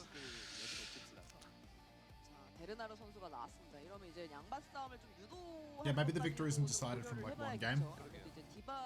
No, I think we should jump to some conclusions. NA is just like zero margin for error in your roster, right? Because Is your every week is 25%. So yeah, no room for adjustment. all right, King's Row next. T1 when there are no stakes. Yeah, like these are the good years for T1, you know? Good days. Alright, not got all the T1 points yet, but Shu did drop a cheeky -5 on that one, and Knife got -4.5. If that makes you feel better. Could you repeat that, please, for the audience? Yeah, so Shu got -5, and Knife got -4.5. That's no biggie, right? Because like those two aren't on my roster. No, it would only be bad if you had him. In fact, every single player on Zeta Division went negative in that previous map. So, No biggie. no biggie. It's only a problem if you own Zeta Division players. If you have 2 Zeta Division players, then you've obviously got double the problem. No biggie. Alright, Banar is back. No changes for T1. What are the bans here? Farah banned from the side of T1. Kiriko banned from the Zeta Division, as Zeta Division are going to have to, I guess, try and go back to a bit more of a tried and tested. Can we find a way to get Shu on Anna? Are they going to play... I wouldn't be surprised, potentially, if they play, like, a version of the Sigma, you know, Mizuki Lucio, but instead they try and play, like, a stronger backline, where it's, like, an Anna Juno, or maybe even an Anna Ilari, something like that. We'll see what they pick once they actually settle, but doors are open now as well. Zeta Division trying to keep themselves alive, send us to a 5th map right now, and they are going to be doing this, so it's going to be Sim... Maybe a change on the cast. Sim Freya, actually, with the Ram. Anna Juno, most importantly. So the Anna versus the Bap here being one of the key differences. Yeah. Can we give Krusty Coach of the Year for figuring out that Shu is good at Anna? Yeah, I love this decision here from Zeta Division. It's a stroke of genius to Wicked smart. put Shu on Anna. Also, to put Burner in the lineup. Shu's killed Proud. Wow, this is unprecedented. This is why you to be put honest. Shu on Anna. Yeah. Performing on Anna, like the first time he's ever done this, honestly. There's no precedent for this, so it's a surprise to see it working now. But push inside for Burner. He wants to run down that Symmetra, forces the TP, which means now the recontest is going to be harder still. Many bodies on the point. Proper on the Freya, going for gold. 2 ticks conceded here in Zeta Division, getting ready to respond. I shot it between the legs.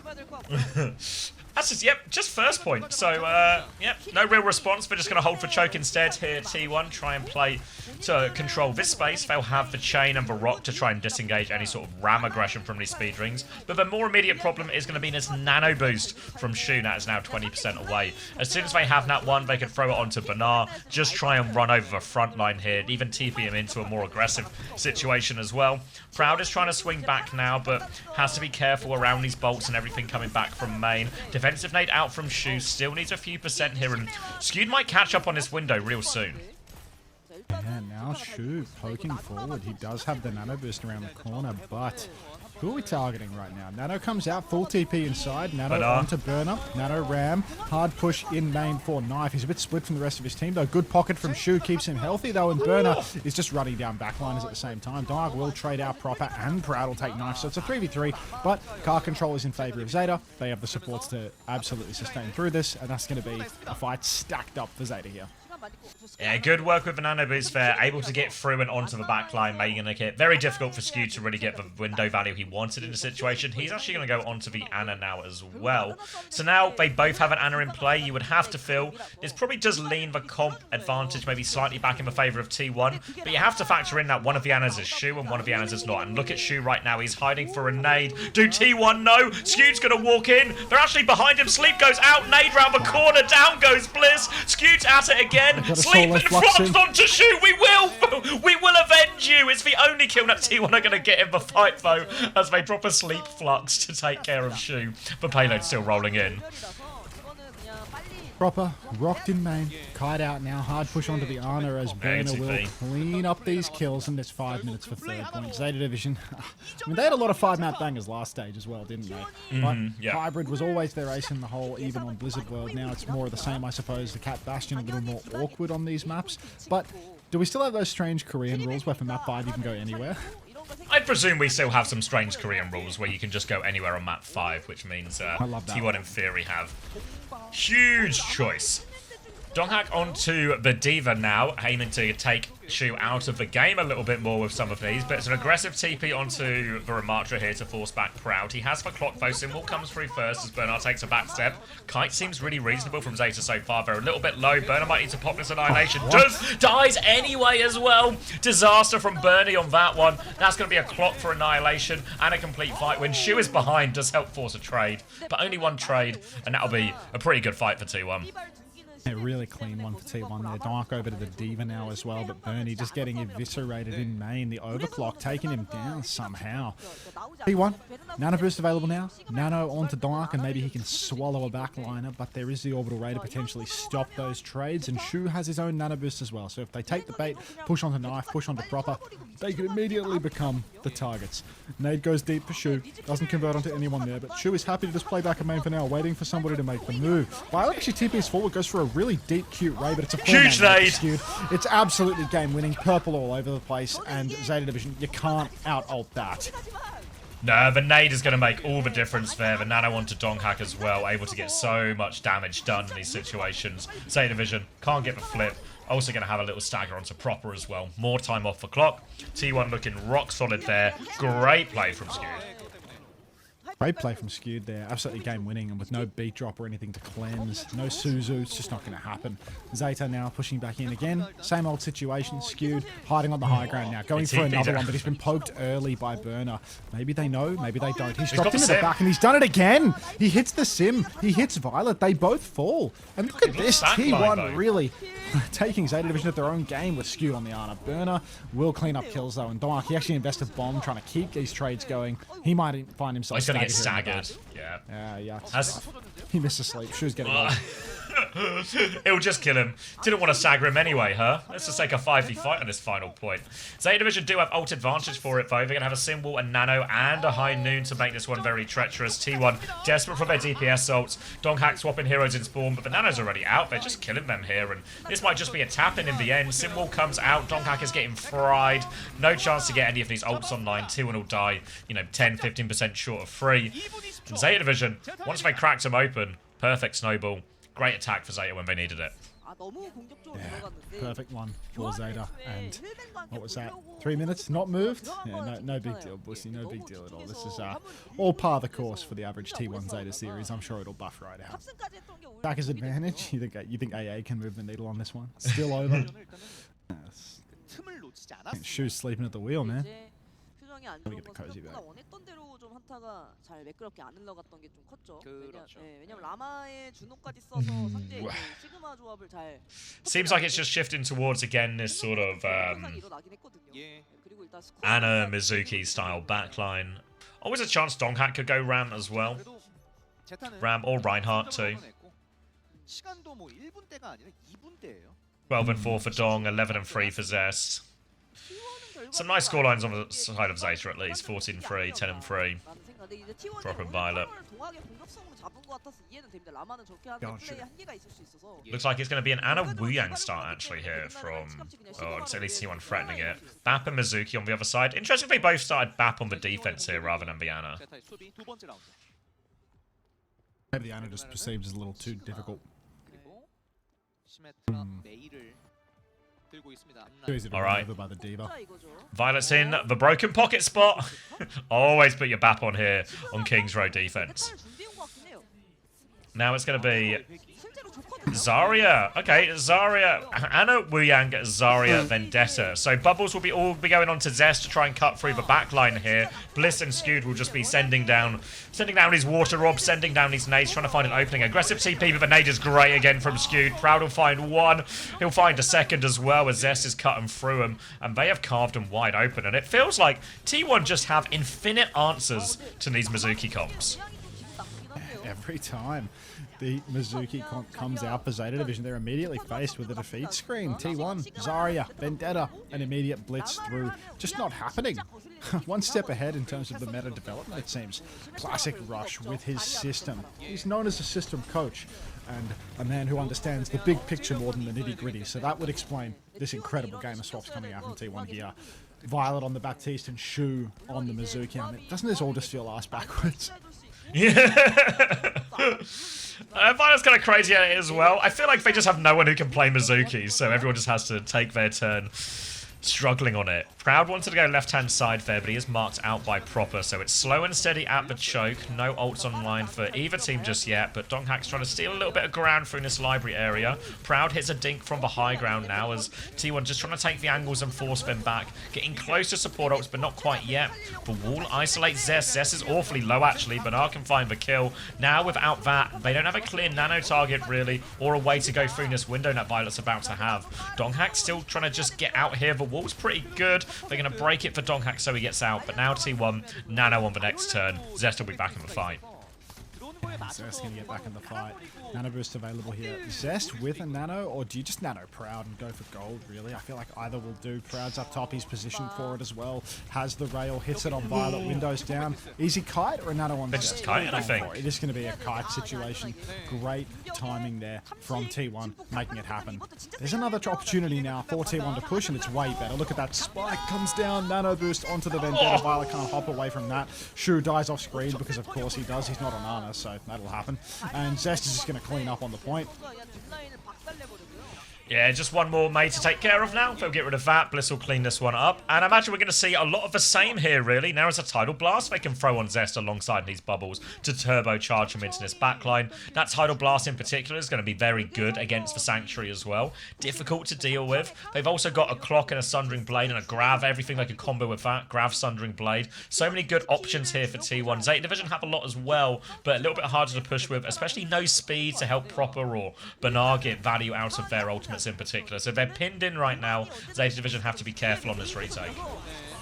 Hindman on the side. Tidal Blast Big out. trouble for Violet. Zest's actually going to spin Don's away dead. from Violet on that one. He had the overhealth. Violet will trade with Zest as well. And the front line is absolutely run down, T1. Look at all these ultimates that T1 died with. Yeah, T1, they had more to go with, but behind it actually just catches Donghak out in the open here, so they can't keep going with Zest. Then Zest is super isolated. Tries to live, but damage really done in main. But Zeta Division, they did use the Blizzard and the High Noon for that. 2 for 1, not the end of the world. They still have to worry about this Grav Sundering Blade combo, though. The Sanctuary, it can save them from a bunch of stuff, but that combo is still brutal as long as Donghak. He's grabbed already, actually. There's a big old flank going on. They turn around for Knife. The Grav in main, the Sundering Blade. The Sanctuary, it really doesn't keep him safe from that Grav Sundering Blade combo. That's a clean fight for T1. And this will just be second point as well. They can't really recontest on this comp. That's 2 again for T1. And we're going the distance now. It's going to be 4 minutes for T1 to close this one out. They have more ultimates to roll into the snowball. Shu, he swapped Anna. When in doubt, Right. Ram, Anna, Bab. This is such a Houston throwback, right? With these guys, like this is. I've seen this one before. Every time. Every time. Alright, Nano turn now for Skewed onto Zest. Could Nano clock? Maybe a Nano clock on the high ground would be hard to deal with, but no, it is a Nano Oh my onto God. Zest. He is in the back, the spin is huge. Looks to deal with it, there goes the backline here. Knife, important trade onto the Birthday Anna. Zest boy. hits it.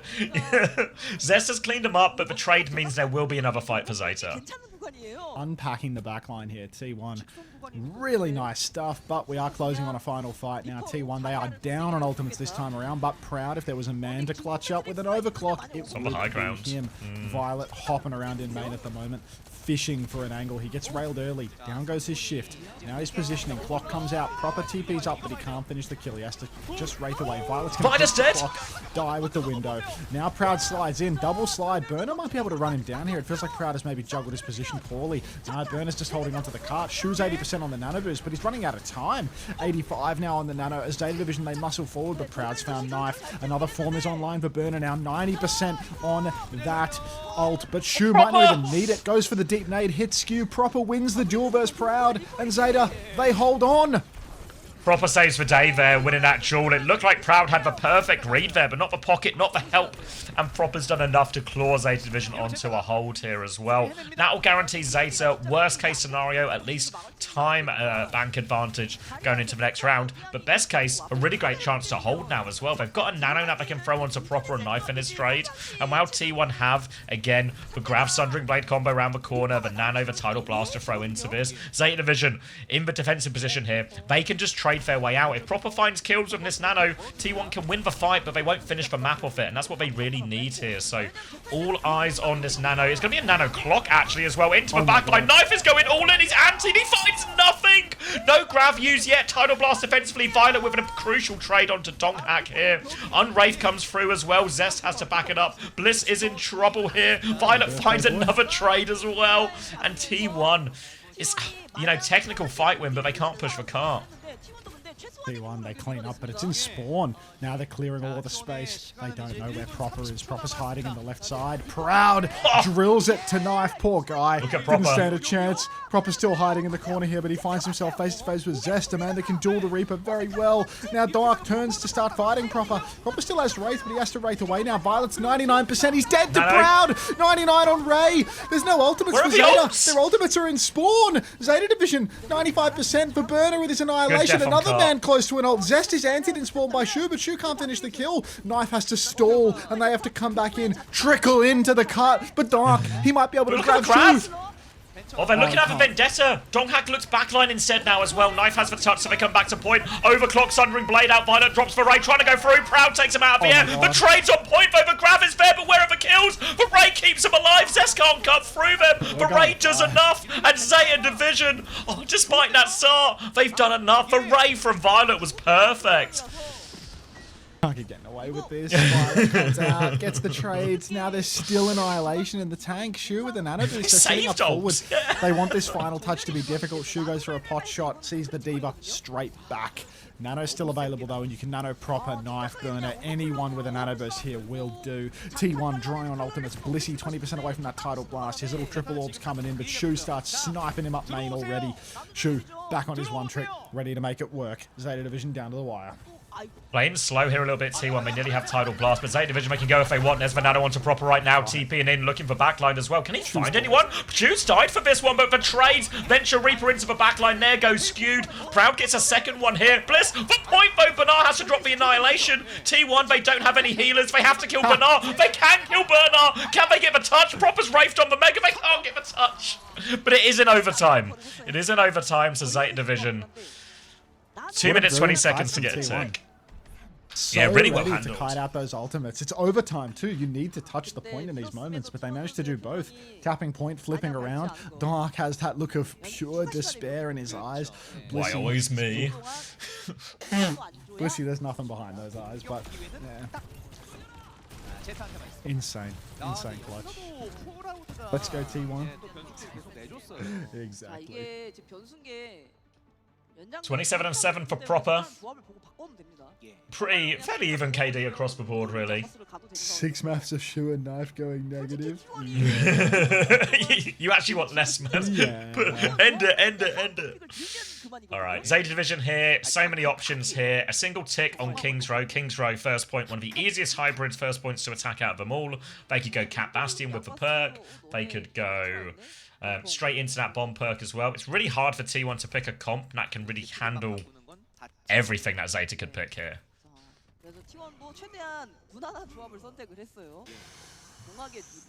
Just push Shaw on Anna. Just push Shaw on Anna. He'll do something within 2 minutes, you know? Like, give him. He'll give him hit a 2 minutes on nade. the He'll hero. hit. He'll hit a nade. He'll hit some bullshit sleep. He'll just win. You know? Just That's 2 minutes of how- cooldowns, you know, he'll be good for it. They are actually going to go Cat Bastion here as well. No perk picked from Knife until he sees that they are not on Cat Bastion the other side. Now Donghack is going to have to do so much here to neutralise the Bastion out of these situations. Zeta Division, though, they are ready to go. Getting Knife here and looking for a timing. He has picked the big bomb perk now as well. Shane comes out, but look at T1's position. They're already grouped back, and here comes Knife for swing in now. Big bomb into the sky. Roll away from Proud, actually. Zest isolated. The nade is good from Knife, but Knife still finds a kill. Zest can't get away. 1-for-1 trade. Sleep is good. His head is in the wall, but Proper won't be able to survive that one, despite the chain is good as well. This keeps Bernard at arm's length too. It's only a tick to work with, so a late kill would go a long way. They need to get all their players back, but great start for T1. T1, a minute and a half left to hold to force a draw out of this situation. A draw would all but win them the series, I'd say. Dark playing forward towards the statue now, trying to deny the space for Zeta Division. They're trying to creep their way in, but they can't get it done yet. Knife swinging wide.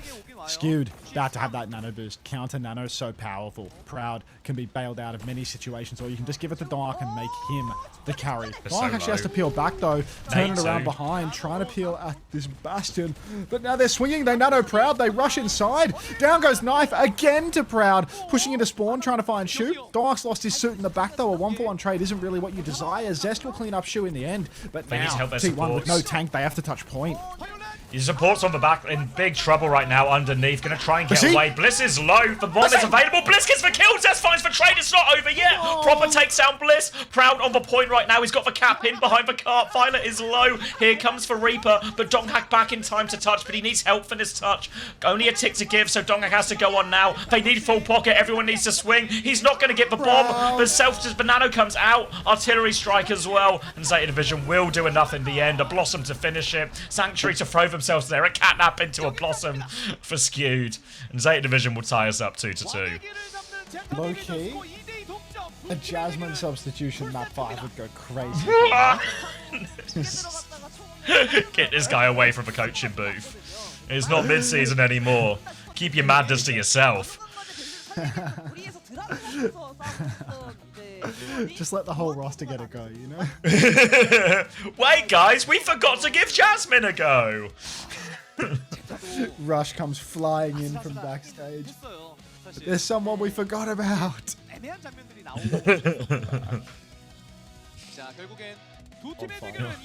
Right, grabbing a drink. 5-map banger. Twindle might be right about you. I'm gonna hide chicken. Belka. Let me hide behind this Unter cozy real quick.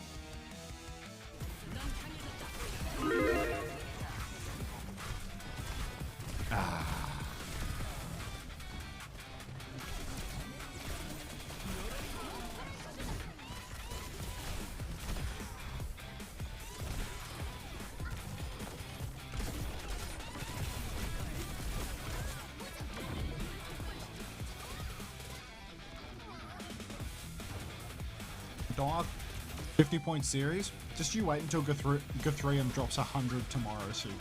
Just you wait. Cheeseburger Guthrium, legit about to be the first player to get 200 in 2 matches.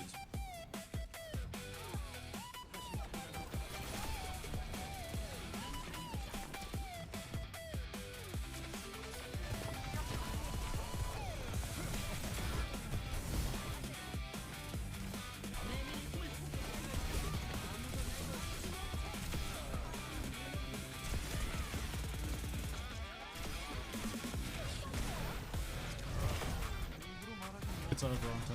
I know. Room that's 100 in the wrong direction. No, no, no.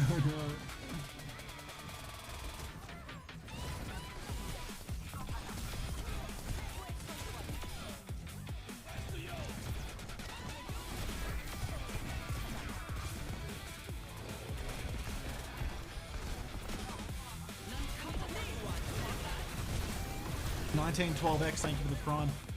Remind me to fist bump when I'm done stuffing my face. Right.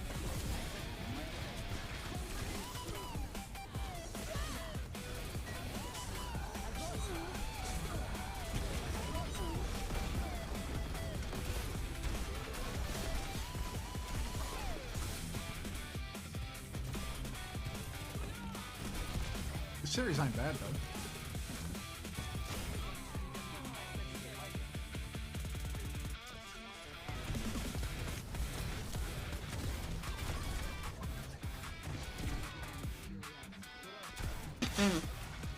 I'm back. Do you think SPM Lenny giggles and kicks his feet up when he sees me posting that I like W slaps?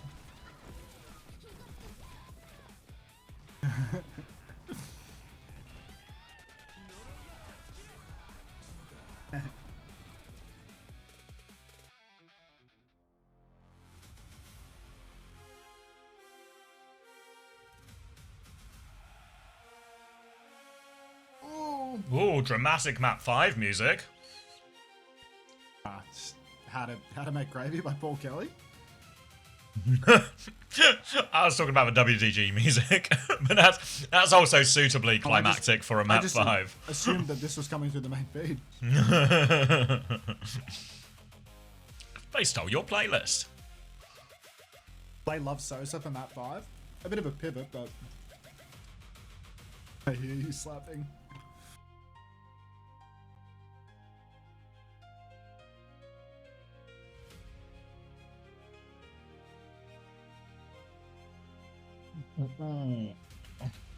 Is Vigi a bit of Kirin and Shu? Yeah, almost definitely.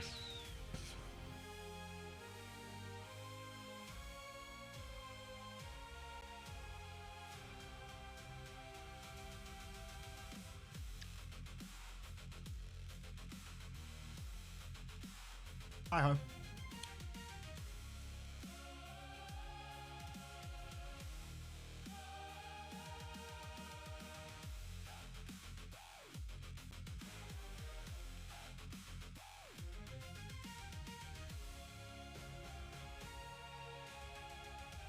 I think I'm a better Kirin and Shu. Almost definitely. Which of your plat chatters said that? Where's it gone now? That's from Cosmic Potato. Sounds like a high rank player. Cosmically high.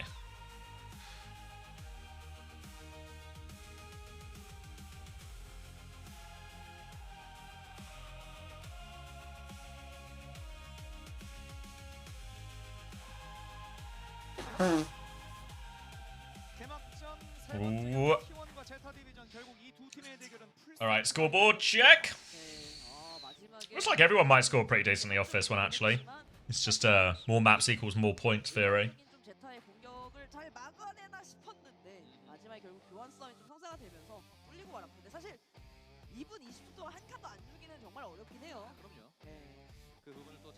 Proper probably going to be the biggest winner here, you'd have to guess. 33 and 8.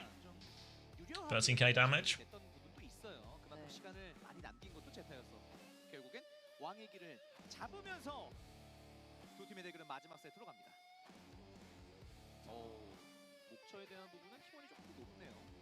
아무래도 이제 이길 때 또 시원하게 이겼던 장면도 많아서 예. 역시 좀 핵심은 T1의 첫 조합 싸움이긴 하거든요. 이게 왕의 길도 사실 예상했던 조합에서 이제 제타가 나나타로 틀어오다 보니까 좀 이전까지 좀 빠르게 I think the problem with that tedious task is the reason they all came out right side is because he was camping left side, you know? So it's sort of... If he'd camped the right side, they would have come out left side, you know? It would have been like... either way, he would have had to sort of cross and make a decision. That is the fight, though. We have to... That's like the one, right? We're, the bans, we've not seen yet, but we are going Rina Sappy for map 5. But I feel like that was the moment, right, where they had the grab, they had everything they could have possibly wanted, and somehow the Ray helps them live all of it. Something in that fight has gone way amiss. So Bastion banned for T1, so Rinus happy, no Cat Bastion shenanigans. Zeta Division banned Vazario, which implies, are they going to try and play the Mizuki again? But they might just go Mauga Vendetta into this, right? T1?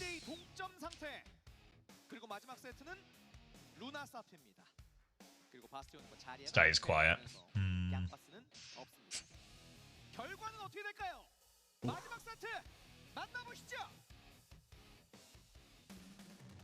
They Mizuki one more time. You know what they say about 5th time lucky, you know?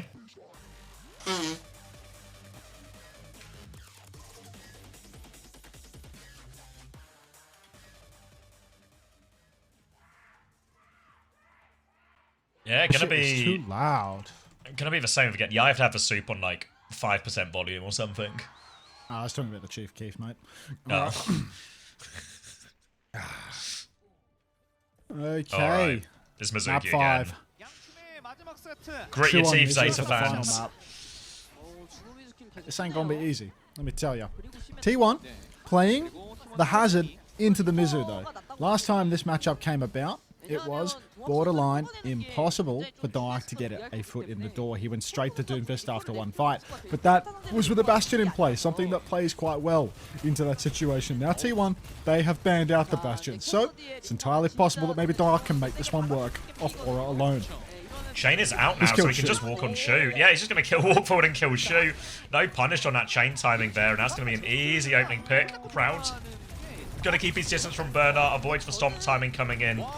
And that's going to be a very easy one, but Proud's going to risk a trade here, but the pocket is good.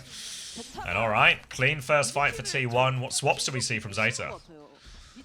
Shu on negative Zuki eyes. Oh, fuck.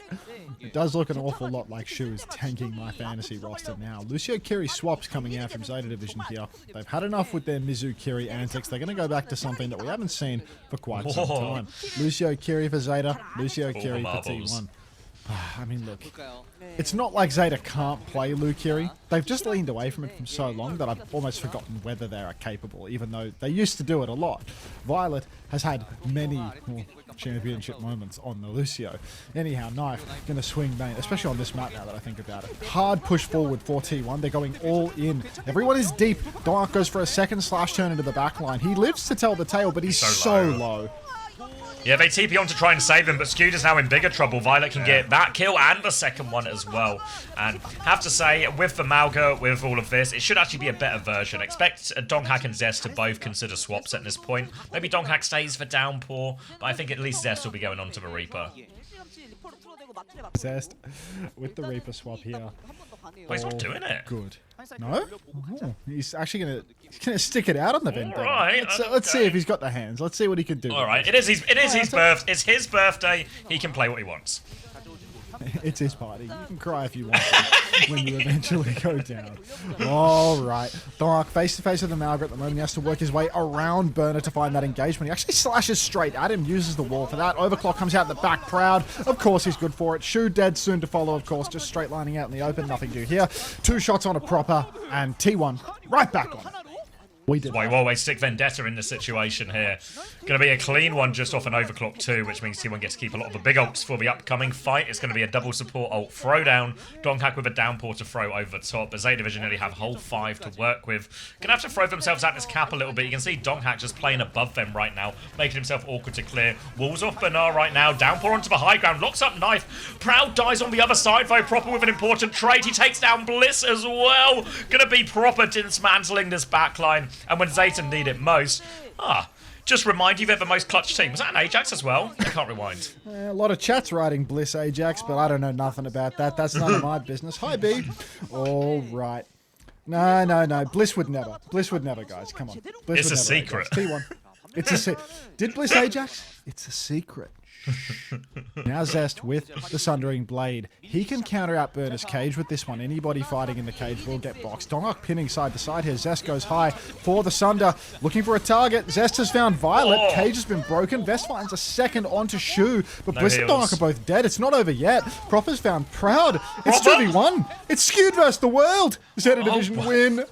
Proper's doing so much in these mid to late fights as well, and all of a sudden Zeta Division chance to retake the lead and get the cap out of this one. Now T1, Mauga, Reaper, the swaps are coming now, and can they touch before checkpoint here? They are going to manage to actually, so decent stop. They deny the cap. Zeta will regroup at the corner. No ults really to speak of for anyone. Closest will be that clock from Proud, but still 30% required, so both teams will stall it out for a little bit right now. They did actually steal the cap, actually, sorry, as well. So Zeta Division, pretty nice objective, but Proper's got one shot. Tire triggers. Zest finds one onto Proper, but Knife will trade out Proud. Still, a tank advantage is massive, and T1 will be able to close this one out. We did that. Shu in the back. Won't get anything, and T1 off to the races now. One fight win to secure checkpoint and the lead that comes with it, and a pretty solid ult advantage to go with it as well. Proper's the only man with an ultimate right now with the Pulse Bomb, but that's not going to stop Skewed from throwing down a Kitsune Rush as soon as this fight begins. T1 taking it a little slow while they wait for Proud to respawn to get back into the fight, but any second now the fight's going to break out, Sammy. Proper with a pulse bomb, looking left-hand side here as well. He's got eyes on his backline, trying to force an early Wraith out of Zest. Big damage just forced that Wraith. Now the beat comes through from Bliss. Zeta don't have their support ults yet. They are low. They are stuck behind. They're going to get cleaned up for this one as well. Did we need that? That's a double support ult there for T1, so it's an expensive way to get a checkpoint here. Remember, they still need checkpoints, so they're not going to gain a huge amount for that double support ult investment. Ah, that was way too cozy. Blissey just dropping the beat there. When they have a Kitsu advantage and nobody has matched an ult from the Zeta side, that was a fight win for T1 regardless, or at least a layer that needed to be forced out. T1, they've gained the lead, but they've lost in the ult economy. Hiding on the corner, Zest forces the Wraith form out of Proper early on. Now he gives a little bit of space, takes it again. Cage up top, Zest can fight with that. Cage can be broken because Zeta have double support ulted now. High Noon comes out, but Violet's dead! Down he goes, Proud gets traded while he's clocking. Dark will fall as well. Everything being thrown into this, but T1, oh my god. Love that from Proud. Just takes a look at the High Noon, like, I'm going to hit it, I'm sure of it. Doesn't hit it. This fight is going to be a loss for T1, but they have done a great job equalising the ult economy out of this. Double support ult, mainly kited, meant the High Noon actually had to save the day for Zeta. Now it's going to be Cage for Banar, Blossom for Zest. A much more manageable situation here from T1. Need a good Suzu from Skew to keep this spin going on the side of T1. So all comes down to that. Donghak is low early on. They drop out. Wraith has been forced. Chance to push for Cage. Goes for spin. Is good. Proper goes down. 1-for-1 trade. Donghak still low within the cage. Everyone's in the cage, but Proud finds the crucial kill. Knife on the flank, still looking for this one. Proud wants to take the duel. He snaps onto Bliss's head, but Proud is there to respond. Violet coming back in, but Proud, he's chasing them out right now. Support's on the backline here, playing for trades, but Proud's going to deal with everything. T1 hold, they maintain the lead. And they take the robot back to Zeta's side. Proud is just that guy. You really thought you could beat Zest on his birthday? On Zest Day? Grow up. Zeta Division now only a spin and a High Noon to work with. Kitsu advantage again for T1, and Blissey doesn't have the beat to double support ult with. Let's get that Kitsu going. Skewed drops it, but Violet is throwing himself into the back line. Burner is dead in the water. Birthday boys traded, but another beat by Bliss. It's 4v4, it's 4v4, it's more reasonable. They have no tank and there's a Kitsu up. They have no tank and there's a Kitsu up. Look, we're getting closer to reasonable value at a beat, you know? Every step is a step forward at this point, you know? So sure, Zeta Division, they have both of their support ults and they have their DPS ults here. But T1 have got themselves out of this situation before. Eyes onto Proud here. Expect Donghak potential early Cage again. Very similar situation as to last time. So Donghak could Cage early, play for it. He goes for a stomp. Donghak's now committed. They're going to turn with the Cage. They're all going in it. Kitsune rush out. High Noon on the high ground here. Knife forced to DP because Donghak dies. 1-for-1 trade. They've gone down. Violet has the beat if they need it, but they really don't want to use. Proud's going to find two trades as he's sliding all over the place here. T1 trade for Cage again for 2 ultimates there, but Zeta do a better job managing their economy this time. Yeah, Zeta, no double support ultimate this time around. Violet now has a beat advantage for the next fight and skewed. He must have gone down early in that scene because you can see he's actually quite behind on the Kitsune now. Only 30% to Blissy's 50 on the beat. Dark taking a shout trade in main will match, but Proud rips with the clock on the flank. Beat out immediately from Violet. Beat doesn't last the way that it used to, but Dark will fall to the spin from Proper. Birthday Boy trying to run him down. Trade's Knife good. is dead to Blissy here. Proud finds another. So good for it, Proud. But now it's just Blissy and Zest. They're holding down the cart, but they're not going to win this fight. They've bled the bank dry, though. Look at Zeta Division's ult situation after that one.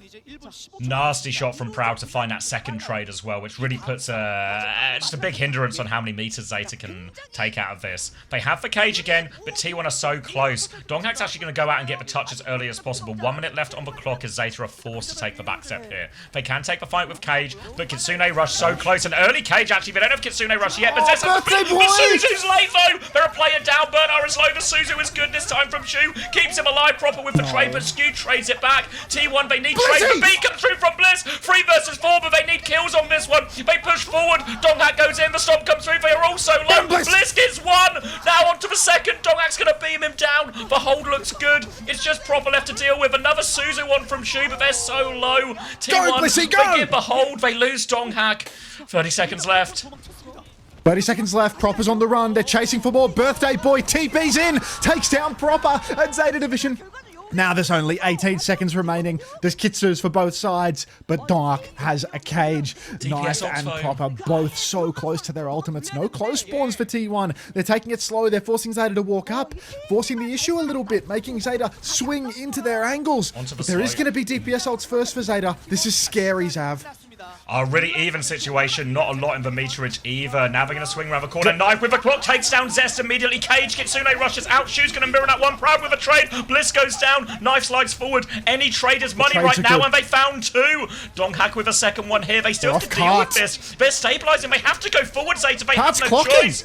Proud's going to clock. He thinks he can win it right now. Counterpick comes out. Donghack dies for it. Sliding from Knife. The Suzu there as well. All of a sudden, Proud is staring down everyone. Bernard is so low. Proud finds the late trade. T1 can keep fighting at this point. Proud goes back in for more. They have to stay on point. Disruptor shot does so much. They see 9. Proud closes it out. 5-back banger. T1 takes down Zeta Division. A team who can't stop losing. We did that. Our team. Finally, another notch in the belt for Unter's competitive results. Finally. Somebody at that person on Twitter now. Look at Unter's recent win over Zeta Division in OWCS Korea Week 1. Who's laughing now? I did that. Oh, Raid. Cardi's tired. Proud in Pride Month. Zest on his birthday. Actually stacking buffs to get over the line for this one. Oh my god. Easy wins. Easy wins. Proud with a 35 and 7 in that final map. Same 7 deaths for the backline as well there. It's not Pride Month, it's Proud Month. Get it right. Time to peek and over. Yeah, I was wondering why Bernard did just keep going though. At the end when Proud was clocking. Like, get behind the robot. Get behind the robot. Like, how is Shu just 12 and 9? 31 assists though. Bliss 21 and 7 as well, just like... I mean, really solid from the T1 like that backline trio, you know? Yeah. Trio. Not Proud. Yeah, we're proud, yeah. Like that. Right. Who's the third support? Violet 5k healing. That's big damage though, I bet. Thanks, Rogue. Appreciate I it. got you a cheeky -5. I mean, Shu probably got me like... I can't wait to see the final numbers on Shu here. Sniper with 108% raid as well. That's... I gotta dino dance over this.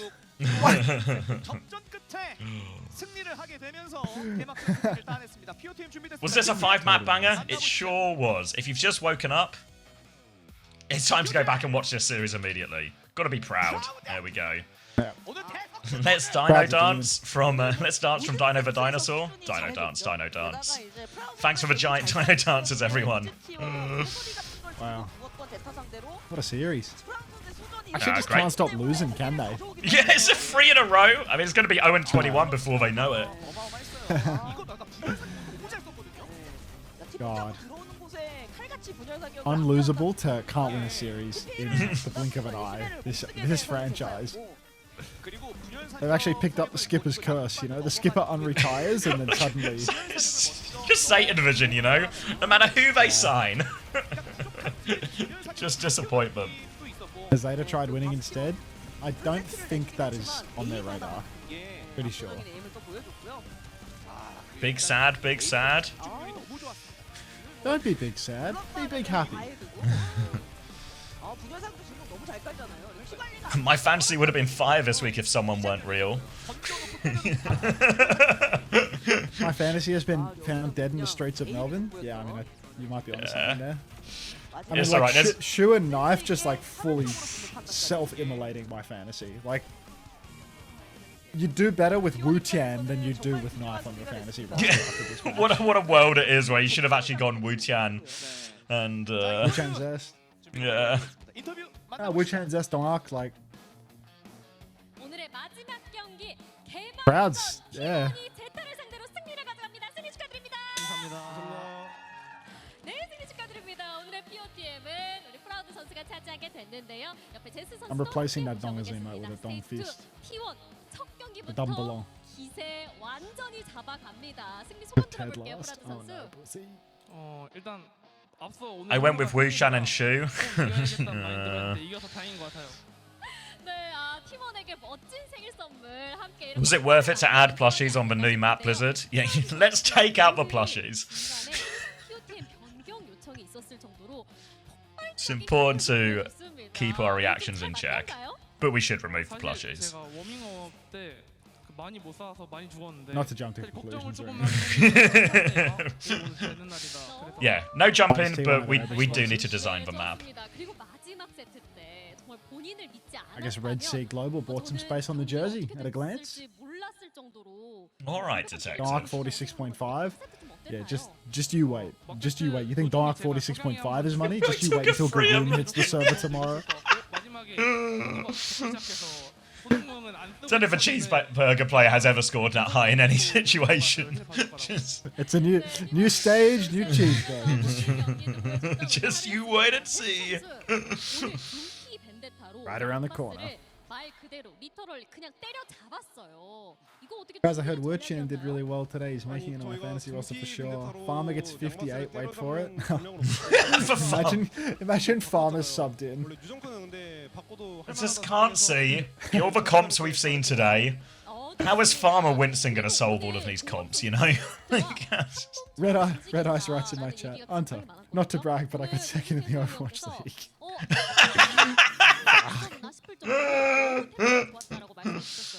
Farmer is the meta breaker. Wait, how was Fate? He got a pretty solid opening map. He just got to play the wheel and shit on everyone. Like he just played the wheel versus Void on a bunch of DLC heroes and won. Void was on like Mauga, on like Ilios, you know? Void was playing like Naga and Hazard, like just shit that's not in his wheelhouse. Like it's not in his version of the game release. And yeah, Fate just wheeling and dealing, won his map. I mean, I kind of understand it from Void, no? Like, that's kind of the first thing you do when there's new heroes out, or new heroes, at least from your perspective, is you want to give them a go, see how they feel. Give it a whirl. Just hit GM2 and I'm calling all the Zeta players burgers. Someone call dog ears. Oof.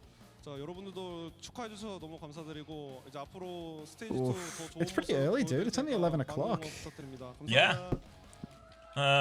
What's on the calendar today? What do I need to do? What do I need to do? You guys know what time it is, right? 앞으로가 더 기대되는데요. 프라우드 선수도 각오랑 목표 한마디 들어볼게요. 제가 그 이번에 티켓인가 그거 할 때 팬분들 실망 안 시켜드리겠다 잘하겠다 했는데 No, not an 앞으로도 until our 남은 stream 경기 더 based. 잘해서 팬분들 웃게만 할 수 있도록 최선을 다하겠습니다. 감사합니다. Please don't say stadium time. 팬사랑이 가득한 Chickens dancing with good cause. 이렇게 오늘 마지막 경기 T1 T1이 승리를 가져가면서 경기는 Oh wait, are the points in? Or are we still waiting for a couple? She was 8.5 across 5 maps. He went positive. That's my cope. That's That's my cope. 오늘 경기 결과 짚어드리겠습니다. 오늘 놀라운 결과들이 나왔어요. 네. 로데 잔사이드 게임. How much was skewed across those same 5 maps? Alright, so yeah, Runa Sapi's all the way in. So total points is minus 0.5 for Milgaru. Shu got 8.5 in total. Skewed got 38.5 in total. The biggest winner was Donghack on 46.5, then Proud on 43.5. Knife got 3. Knife got 3! I thought Knife was You bet- underpriced. you bet- Knife you and bet- Shoe are underpriced. Old bargain hunter out here. Oh, talk about a diamond in the rough. He spent 43.5 points of his budget to get 11.5 points back. 이제 Speed invest. 얻었다기보다는 아슬아슬한 Maybe they'll do better tomorrow. 중요한 건 이겼다는 건데 한 번이라도 이 선수들이 이제 플레이오프나 더 나아가서 결승전까지 Proper and Bernard probably got away with it, 25.5 and 26. 정말 많은 걸 얻어간 좀 승리였고요. Not respectively, but yeah. 아직 미즈키 Bliss got 34.5, Zest got 31.5, so Zest doing the heavy lifting here for you. 아무래도 이제 다른 How many 팀과 gifted the 붙었을 squad up for 때도 this stadium? We don't do that. You can snipe me on the Oceanic server. You can fight me like a man. 저 아나일리 or, 어떻게 you 둘지? know. 제타만의 컬러가 Or 너무 don't. 별로거든요. Yeah. Yeah. 이번 스테이지는 Two 아직까지 options, I guess. 불가능합니다. 근데 모든 What are Poker Face's chances of winning tomorrow? I think Poker Face is the worst team of all of them. 네. Yeah, is Superbad not worse? 그리고 보완이 되고 I mean, they're both 강해지고 ass. 단단해지는 모습들을 보여주는데 제타도 그런 Third 과정을 off, I guess. 있는 거라고 봅니다. 그래서 이것이 극복이 됐을 때 With- 얼마나 더 with respect. 단단해져서 돌아올지 Oh yeah, I mean, 해보도록 you know, 하겠습니다. wouldn't be disrespectful here. 바로 내일이죠. As respectful as a turd off can realistically be. 그리고 롯데 잔사이드 게이밍과 팀팔콘의 Duo, I 경기가 mean, 예정되어 있습니다. Alright, who's top of the leaderboard here? 어느 Lucia with 150 points already. 새롭게 경기를 펼칠 How many points do I have compared to that 150? 기분 좋은 T1과 68. Alright. 그렇죠 경기에. 자, 그래서 내일 있을 경기도 Just woke up, did the Spink gamble hit? He only played one map on Anran. If you can, 자, 오늘 이렇게, maybe you can fill in the blanks over over the rest of that. You look pretty good on the Anran bow. Do what you will with that situation. 언제 시작하냐. The Donghack Proud Purr 금방 돌아왔습니다. is really launching a lot of people to the top here. 보람이 있는 그런 경기들이 아니었나. Quite a lot of missing, lot of bliss. 팀별로 확실히 강한 조합이 Lot of irony in the mix. 좀 치열하고 맞아요. 굉장히 다양한 조합이 좀 나오고 다양한 영웅들이 나오고 있는 그런 Yeah, this should all be 있습니다. updated now. I'm pretty confident. 스테이지 2에 임하는 모든 팀들이 Derpy at 12.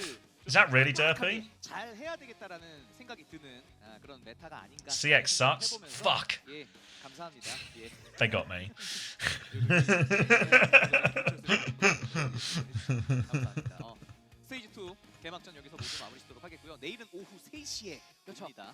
내일 기대 많이 해주시길 바랍니다. Damn it. 인사드리겠습니다. 지금까지 쌍지투였습니다. 여러분 고맙습니다.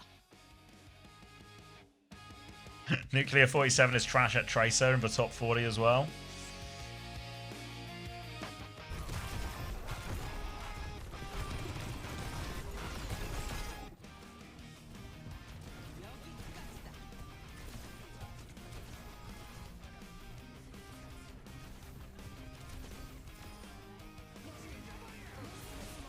I'm 94 for checkers. Yeah. I mean, we'll see how the rest of the week plays out before we make any rash decisions, of course. But immediately, Becky needs to really go. Missing's fine. Opener probably needs to go, and I think I really need to reconsider Hambin too.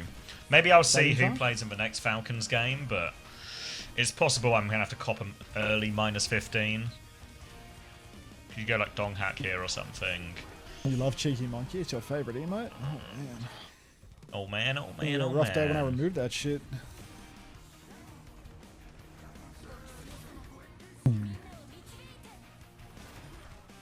I'm 843rd out of 888. It's not too hot a start, no. 31st with Bernie. Fuck. No more matches today, no.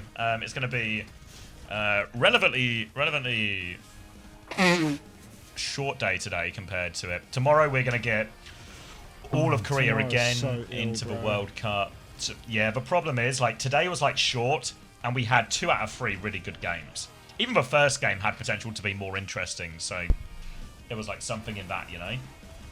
But I think we got really Tomorrow's sloppy earlier games start, in Korea. right? Yeah, let me get the schedule up. It's going to be earlier start tomorrow. Earlier start tomorrow. We've got some China slop to squeeze in here as well. And then we got a bunch of World Cup stuff as well.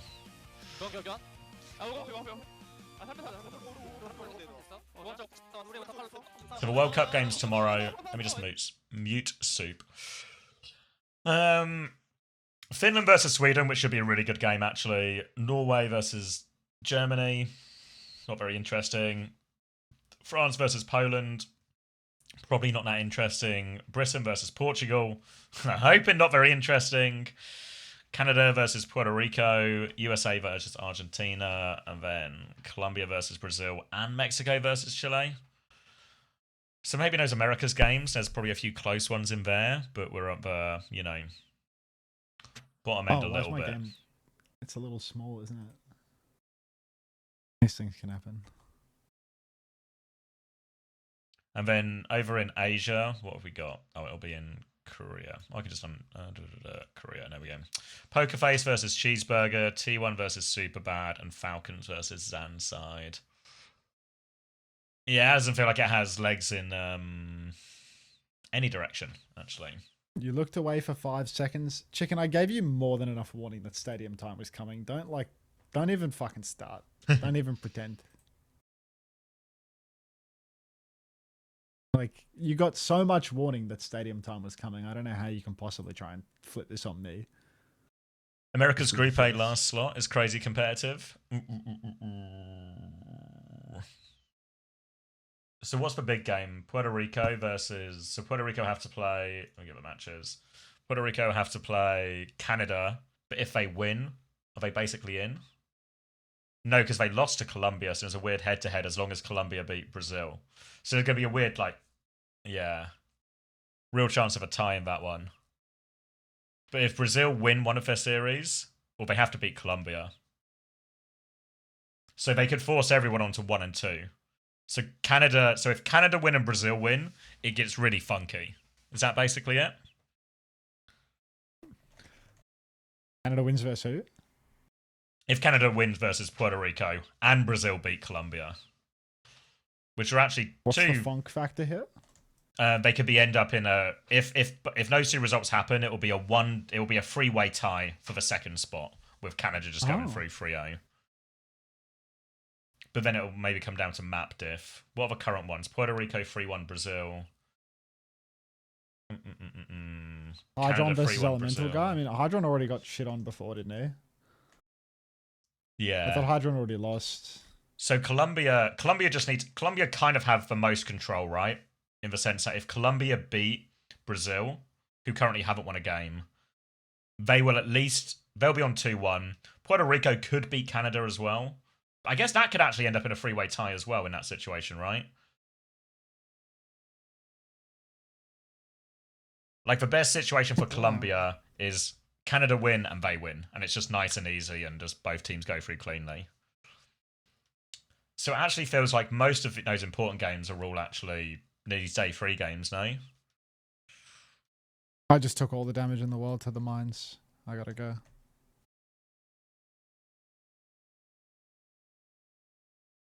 The Canada games won't matter because Canada won't be involved in the tie, right? But Canada could be involved in this 2-1 tie, right? If they lose to Puerto Rico will go 2-1, they'll go 2-1, and Colombia beat Brazil. Colombia will. There'll be 3 teams on 2-1. Fuck. Messy groups. That's not bad. That's not bad, Anthony. 10? Claw it back, mate. Claw it back. Bro took the pride emote off his blanket real quick. One and done, mate. How long you want to stay on today, Javier? Probably not long at all. Oh, really? Yeah. Well, I've managed to... ahead? I've managed to go outside every single day, actually get a walk in. So I kind of want to keep that up because it's going to be... off? not to flex, right? But I not only have I once, maybe even twice finished 6th in the Overwatch League, but I've gone on a walk every day this week. But You gotta be kidding me right now. No, 6 back-to-back. Spent less than you did as well, old money bags. Money bags for no titles. Money bags, no titles. Money bags, no titles. That's what everyone's been calling you. Not to your face, of course, but... Yeah, that's a behind the back title for sure. There goes money bags, no Can I wrap titles this again. one up real quick? I'll work on it. You beat Glaz in Did we 2022 really? playoffs? We sure did. It's because they had We to get play. touched up in this game. They had to play like a thinking man's meta, you know, and We couldn't They just weren't run really- in and have they shoes weren't- sleep everyone and just they win. weren't really equipped for that. No. Wasn't really our thing. They're more on the crusty level of things. Of what if she could go Anna in this situation? Maybe. That shit tends to work though. Low key, hell of a career doing that, you know, like. Did we beat Rain when they were Unter's Rain? No, I believe we got full held on King's Row and then Massive Time The coming don't home. cap. Yeah, but they didn't cap after they full held us. Then they win like the immediate first fight on their attack, you know, and then they don't cap and Massa types it's coming home, which obviously you know. Real hard to throw too much shit back as well when you have a 1 in 19 season. You know, like real hard to have anything in the tank to throw at them. You know, like what are you gonna? Good honest fun. Was it only 1 in Pick a man while 15? he's down. I thought it was 1 in 19. Have I just added a few losses there too? I think it was 16 total. It was a I shorter feel like it was season. 4 games to qualify for the Hawaiis. Okay. Maybe that's Kappa. Let's go see how bad it was. You know, let's go see Overwatch I League. feel like you would be more likely to remember your record than someone else, you know? I Like, thought it was, but I don't know. I mean, who was the you chatter know- that corrected you? it was Hilarium. Ooh, skunking it. Where am I going? Overview. Season 4. What do I want? Well, I just want overview. Will that show me a big table? Oh no, it was 1 in 15. I just added those losses for fun. Damn it. Who'd you beat again? Vancouver Titans on our last game of the season. Actually, because do you remember it was meant to be the ultimate toilet bowl where both us and Titans hadn't won a game all season, and our last game of the season was against each other. But then They stole Vancouver the win Titans versus Boston or something. they right? beat Boston like on the penultimate game of the season or something. So all of a sudden, there's actually more pressure on us. I mean, that already was going to be like the most nervous game of the season, but it's like, oh, we can't let... Because Vancouver Titans then, like, no offense to the Vancouver Titans guys, but like, yeah, look at this. It's like Doughton, Linkser, Teru, Changzik, Rolf, and Fire. You know, like, we can't, like, you know what I mean? Like, we can't finish below these guys. Thank you, Anthony, for the 20 months. Fried wiener, you know, like... And actually, technically, as I look at the table now, I believe we actually got a better... not a better map difference, Dan, and we were both minus 35, but we won more maps. So that's gotta count for something, doesn't it? Not a lot, but something. Yeah, I mean, and we won the head-to-head. It was actually, yeah, we were actually the kings of the tiebreaker. Hard to put a price on something that is so infinitesimally close to approaching 0 value, but we tried. There's not enough decimal places in the world for how much value that tiebreaker made. Wasn't it like a 5-map banger as well in this last game of the season? I remember, I don't know if you've ever, you know, you've generally been on better teams, but you know, like, when the win isn't even happy, it's just thank of course. fuck. Just thank fuck. Thank fuck. 1, that we didn't go winless, and 2, that it's fucking over. I mean, it's so fucked up that like you guys can go 0 and 15 and still wind up having to be nervous for a match. You know what I mean? Like, yeah, that's just unfair, don't you think? Like, once you're 0 and 15, you deserve the right to not care anymore. But you still have to show up nervous on the day. Like, come on. We weren't. Yeah, this was a 3-2, 5-map banger. We were actually 2-1 down in the series at one point. I mean, fuck. I mean, the thing is as well, like, what we've done here is we've denied a meme, right? Is all we've done. Like, imagine a winless season. It'd be a new Shanghai. Yeah, like, because you know what Shanghai had to do to solve that problem? They had to win the Overwatch League, you know, to erase that previous. These guys have never won a game. 0-40. They did obviously win the Overwatch League, you know, so like, okay. But yeah, fuck. This would be good stream content actually. Rewatching this game back at something. That would be like not a fun watch, but the T1 or no, the London Vancouver 5-mapper. That's like an off-season bit though, you know? Right. Like off-season, like, do you want to just watch like the most stressful game of my career? Rather do nothing in the off season, to be honest. Oh. Double sus? Damn. Shaq's hard carries. I mean, Shaq's is like a Shaq's was match day always hard player, you carry, know? I'd Like say, Shaq's just like, he just turns up, you know? He's not like the biggest grinder or whatever, always has like... Lazy as fuck. Yeah, he's not like Mr. Like, whatever the opposite of like Mr. Professional. Like, Poco was Mr. Professional, you know? Shaq's was just turn up on the match day and play Tracer real good. Not to be mean, but how do you keep your job after that season? It's actually pretty cool that they kept you. So one, what helps massively is to be the assist. Like head coaches die in these situations, you know. Like Fisher died. So assistant coach helps. Fisher got shot like 30 times. Fisher got the Scarface treatment at the end. Yeah, it's like too long a story, but Fisher's arc on here was actually so rough. In terms of that British Hurricane to London transition. The B chef. The B chef, like there was a whole fucking situation with Boston. I mean, maybe it low-key turned out better for Fisher because he didn't have to deal with what's his name, the Boston Maniac. What was his name? Yuri? No, L something. Laurie. Lawrence. So like right at the start of that season, like British Hurricane and Fisher, there was like a divide between the players and the thing, and then Boston wanted to sign Fisher as an assistant coach, but he was still under contract with British Hurricane. But the plan wasn't to move Fisher up. The original plan was me and Reprise would head coach, or like Reprise would head coach and I'd assistant coach London Spitfire, and we didn't have budget for another coach. You know, like we just had that was just the budget, right? Budget for 2 coaches. It was going to be me and Reprise, and then Boston come in and say we want to buy Fisher. So then Nuki has to go into negotiations with Huck. If you remember Huck, you know, general manager of Boston. Mr. President. Yeah, so it's like Sure, Nuki, Huck, and Jack. You know, like CEO Cloud9 Jack, and they go into the negotiation. Yeah, so like I think like with the behind the scenes, I think Cloud9 were gonna ask for a buyout for Fisher, but like a token buyout type of thing, you know, like a couple of $1,000s or something, you know, like just something, you know, so they don't seem to be giving it away.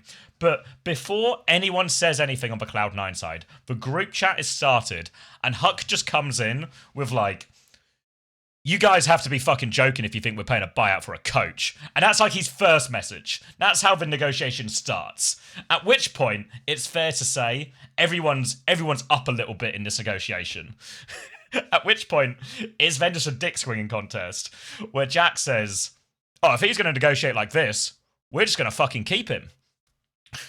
And then Huck tries to argue back. Obviously, there's like ego versus fucking dickhead negotiator. Like Huck comes in, straight ruining Fisher's life because of their egos. Just ruining Fisher's life. So then, obviously, there's like with Overwatch League. You remember there was like if an Overwatch League team offers you, the contender team has to say yes, right? So even though British Hurricane is an academy team, if the Overwatch League team offers, British Hurricane have to say yes unless Cloud9 or London Spitfire in this scenario are going to match the offer. But obviously, London Spitfire don't have any budget. We've used all the budget already, right? Wrong. If you're the CEO, there's always more budget somewhere. So in order to not allow Huck to win this negotiation, basically, we rustle up another coach salary to offer Fisher the same thing so that Boston can't sign him. So that's Fisher's start, and then we have like a nice preseason. We do pretty well in like the preseason tournament, and everything's fairly fine. And then stage 1 starts to go real bad real fast once the actual game starts. And then Reprise, just sort of like, Reprise was a super nice guy, but at the end of stage 1, he just kind of dropped I don't think I'm the right coach for this team. I'm going to quit. I don't have it in me. Yeah, literally, I don't have another one in me. At which point it was like, well, fuck. So then Fisher took over head coaching, and again, some of that initial, like, you know, the play, like, there was some conflict already between the players and Fisher. That kind of went away when Reprise was in charge and he was assistant coach, you know, because it just sort of eases the relationship. But when he was back in charge and stuff was going wrong, more tension, etc., etc. So it's like rough. Like, obviously, it's always going to be rough when you're losing, but this is a really unenjoyable rough as well. And then eventually Spilo comes in, and Spilo helps. Like, I know it doesn't change our results, but I think Spilo actually made a huge difference in terms of the vibe and like the attitude and everything. Eventually, it sort of ran out as well, because the vibe improvement only lasts so long when you're losing every game aggressively. You know, eventually it's just, your mental's still just going to crumble. So then I guess to get to like why I kept the job is, I think the original plan was to like fire all of us. Like the baseline was everybody's fired. But Nuki had already talked to Chris to come in for the next year. So she asked Chris basically, who do you want to keep? And then Chris was like, well, he kept Spilo as well. So it was like, Spilo, keep the assistant coaches, happy with those. You know, he asked like a few of the players, and they spoke like reasonably well of me and really nicely. Obviously, Chris was coming in for Fisher's job anyway, right? Which is like maybe in a weird way a nice full circle from that time, like when Chris and Fisher were on a team and all the Danes were taking the piss out of Chris. You know, last laugh and all of this. So then I got the nod that I was going to keep my job surprisingly early. Which was really nice, actually, because the silver lining to losing in the fashion we did is our season ended in really August. Short, right? We ended in August, and next season was delayed as well, right? Because remember, it was like Overwatch 2, I think, coming out for season 5. So, yeah, so like, my season ends in August. I find out my contract was running to the end of November anyway, because that's technically when the league ends if you don't come fucking 19th. There's apparently a few more games in the season that I never saw any of. So I find out I'm keeping my job.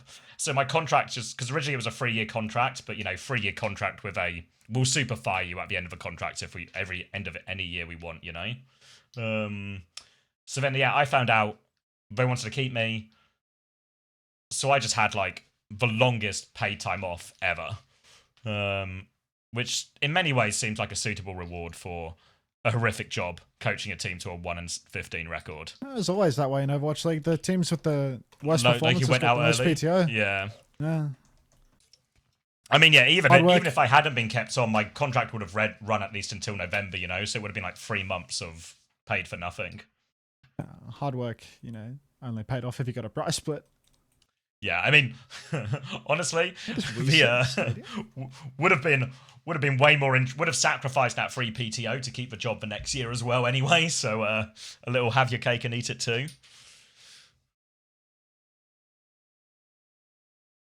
Hey, yeah, there's like 4 of them here.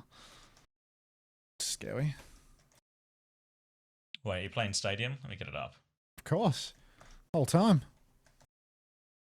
But yeah, I think a big combination of being the assistant coach is like you're never really in the firing line. It's awesome to have like 0 like accountability or like liability. Yeah. Within your role. And then ultimately, assistant coach is the greatest job ever. Yeah, like new coach comes in, and then it's the same as like if you follow football or something, right? How often do they sign a new manager? And the manager's basically asked, which staff do you want to keep and which staff do you want to bring in? And same with all the players, right? Who do you want to keep? Who do you want to get rid of? Chris went through the same thing, made the same decisions with the players as well, Like, who are we re-signing? Who are we going to get rid of? And fortunately, I'd worked with Chris before, so he trusted me. hadn't worked with Spilo before, but The hell? Spilo had like pretty good endorsement from everyone. So, and obviously it all paid off Yeah, in he the had end. like you 1,000 YouTube videos at that point, so. No, all the players endorsed him. Like all the like Haddy, Spark, Molf were all big. Like yeah. Yeah. Do you work with Hurricane or something? Who Spilo? Yeah. No. No, but he was on the last few months of London Spitfire season 4. Damn. Fucking flats on me, dude.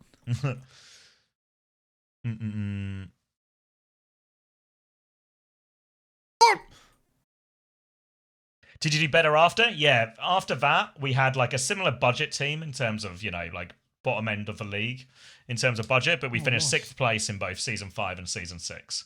So way better, way better. Is that Zest? I mean, guys playing like Zest. Jesus. Just pieced us up. Really hard now.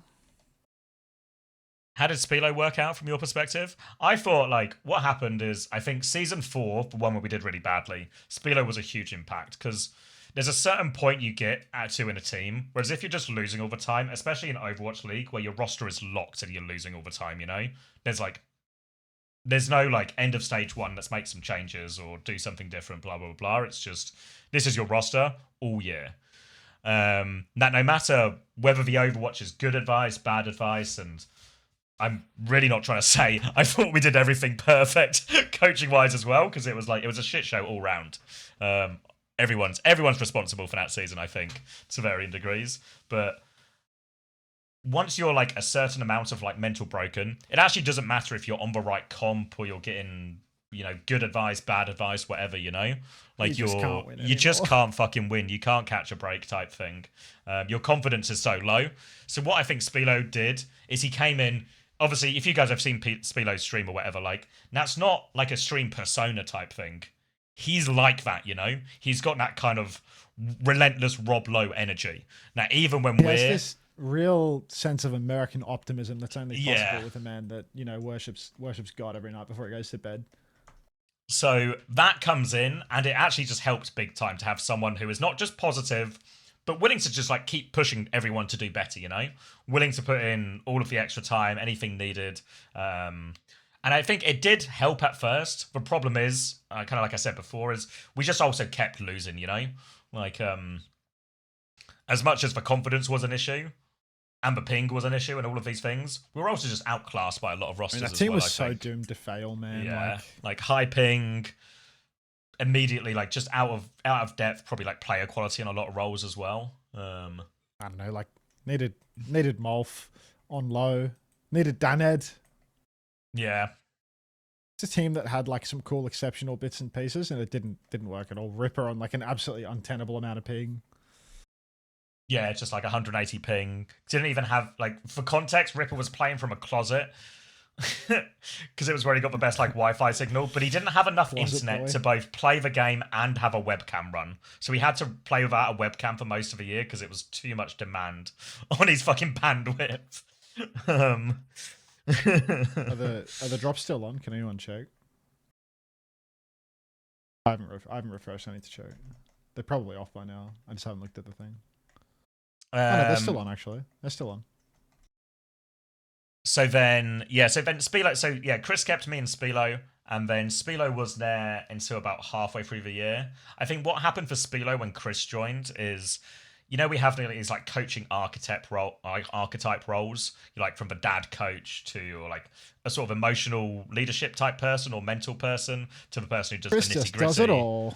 Chris kind of is a one-man army, So, like, for me and Chris, that worked quite well because it gave me a lot of chance to focus on, I don't know what you call it, like the ancillary stuff almost, like scouting and just trying to figure out problems and research other teams, while Chris did the vast majority of, like, coaching the team. And then I would just we did some of the stuff he did on Philly. I can't remember if he spoke about it on the podcast, but do you remember when Chris started on Philly and it was like, you're the 2CP coach?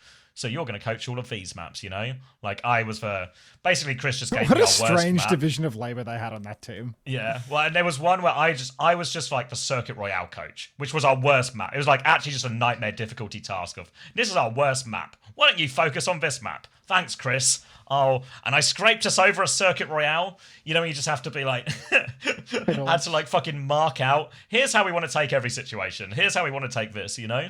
But that was actually, there was a bit, I can't remember who we were playing, but it was a bit where I did like the pre-match VOD review. I would always do like the scouting, or here's what we're going to play, here's what we expect. And I remember doing the Circuit Royale, and I was like, just be sure that if this happens and they try this rotation, we drop in, you know? And eventually, like, it comes down to one final fight. They do that exact rotation, we drop in and we win.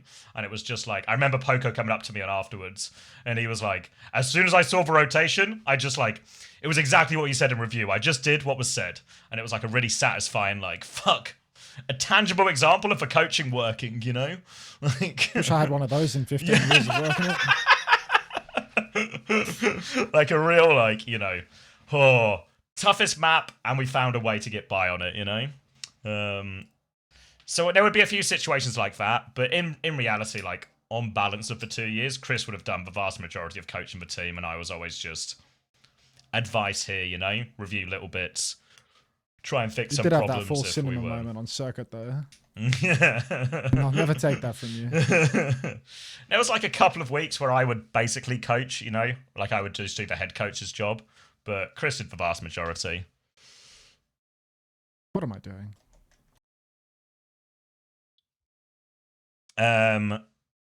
So yeah, so what I was saying, like so what I think actually happened is me and Chris complemented each other really well in terms of like, I was quite happy to do all the supportive stuff, and would quite happily sit there and just try and solve like, oh, we don't have a fight, we can never win this situation, or we can never win this comp matchup or whatever. Who can, what can we steal? All these type of things, you know, just to try and give us the most answers possible. But I think what happened for Spilo is, one thing Chris is really good at is that sort of the like framing of expectations, or what we need to do this week, or what's important for us to get right, etc., etc. So a lot of what Spilo was doing a really good job of in Season 4 was just taken over by Chris. And obviously Chris wants to do that because he's the head coach, and etc., etc. So I think Spilo really struggled to have the same, I guess, role or like clear identity in terms of what he's used for in Season 5 to Season 4. It's fat ass mercy, bro. So then eventually it got to the point halfway through the season where Khan was available, and Khan was like insane in terms of like raw talent, you know? He was the Ana player we felt like we needed to solve the problem. That guy was nuts at like Ana Zen. Dr. Anti-Buy-In. But basically Jack said we can make changes, but we can't have any extra budget. So if we want somebody else to come in, somebody has to go out. And obviously we felt like there was still, obviously, like Landon, Admiral definitely staying. All the, you know, Poco definitely staying as well, right? But I think I need to get the timeline right here. But I think Poco also took a pay cut at this point. I think that happened at that point. So I think Poco takes a pay cut. Is this in the middle of the year? Yeah, I think so. I can't remember. It might have been at the end of the year. I'm not sure. Huh? I thought he got paid more than everyone. Yeah. But I think he still did after the pay cut as well. Like Poco, because you got to remember when we signed Poco, it's like it's from Philadelphia Fusion essentially, you know, as his previous team. So Poco was like that was like one of our big gets originally. Even though it obviously transpired that we didn't actually end up playing Poco that much at all. But basically, yeah, it was like, who do we get rid of? Like, we really want Khan, and ultimately, you know, we sacrificed Spilo for Khan. Well, I say we. Chrissy decided, and I just found out one day that it wasn't me getting fired, it was Spilo, which obviously. I mean, like, your boss is a Brit. Your boss is a Brit. Your other boss is a woman from Europe. What a surprise! We fired the American. Like, I promise it wasn't because he was American. I mean, I wasn't. Literally, is that? It's not. It's just everything just worked better, you know. It's just had a bigger role with your full team of Europeans. And we've done it. Spilo and Fisher. Yeah, I mean, if there's one thing I've had, it's stay in power.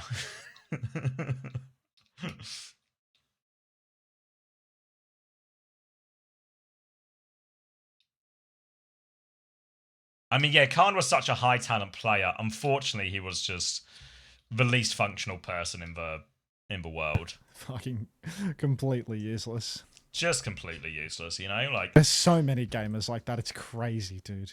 yeah, like his talent level's so high, you know? And we thought especially, like, maybe this was, I don't know, hubris, but like, he was on this Paris or Vegas or whatever they were called in season 5, and they were just wank, you know? Like, they were really wank, horrible environment, struggling for results. So we really thought, like, Khan would be kind of grateful that he joined us. You know what I mean? Like, we save him halfway through the season, come join us. We had a pretty good start to the year. We got, like, a really nice team environment, you know? Not to flex, of course, but that's season 5 especially. That was, like, such an enjoyable year. Great attitude from everyone, like, great camaraderie, or whatever you want to call it.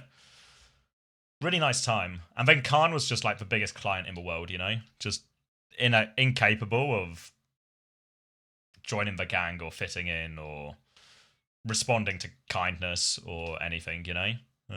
Responding to kindness is a metric of... Yeah. Well, like, it was his birthday on one of our off days, and everyone Like goes round Zest. to... Yeah, just like Zest. Everyone goes round to his house, you know, because he's staying in one of the houses, like, by himself, just because he was, you know, last one to join, so there was no room in the current houses. So it's like a 2-minute walk around the corner. So every off day, everyone would come into, like, the office and just, you know, play ranked or dick about on the computer, or if you're me and Chris, you'd watch the football.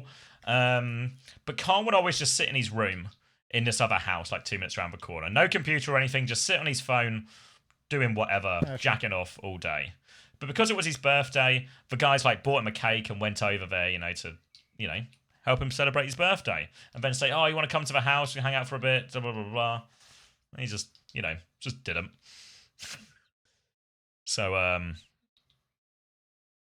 can't be helped, some people. He just really liked wanking, mate. Give him a break.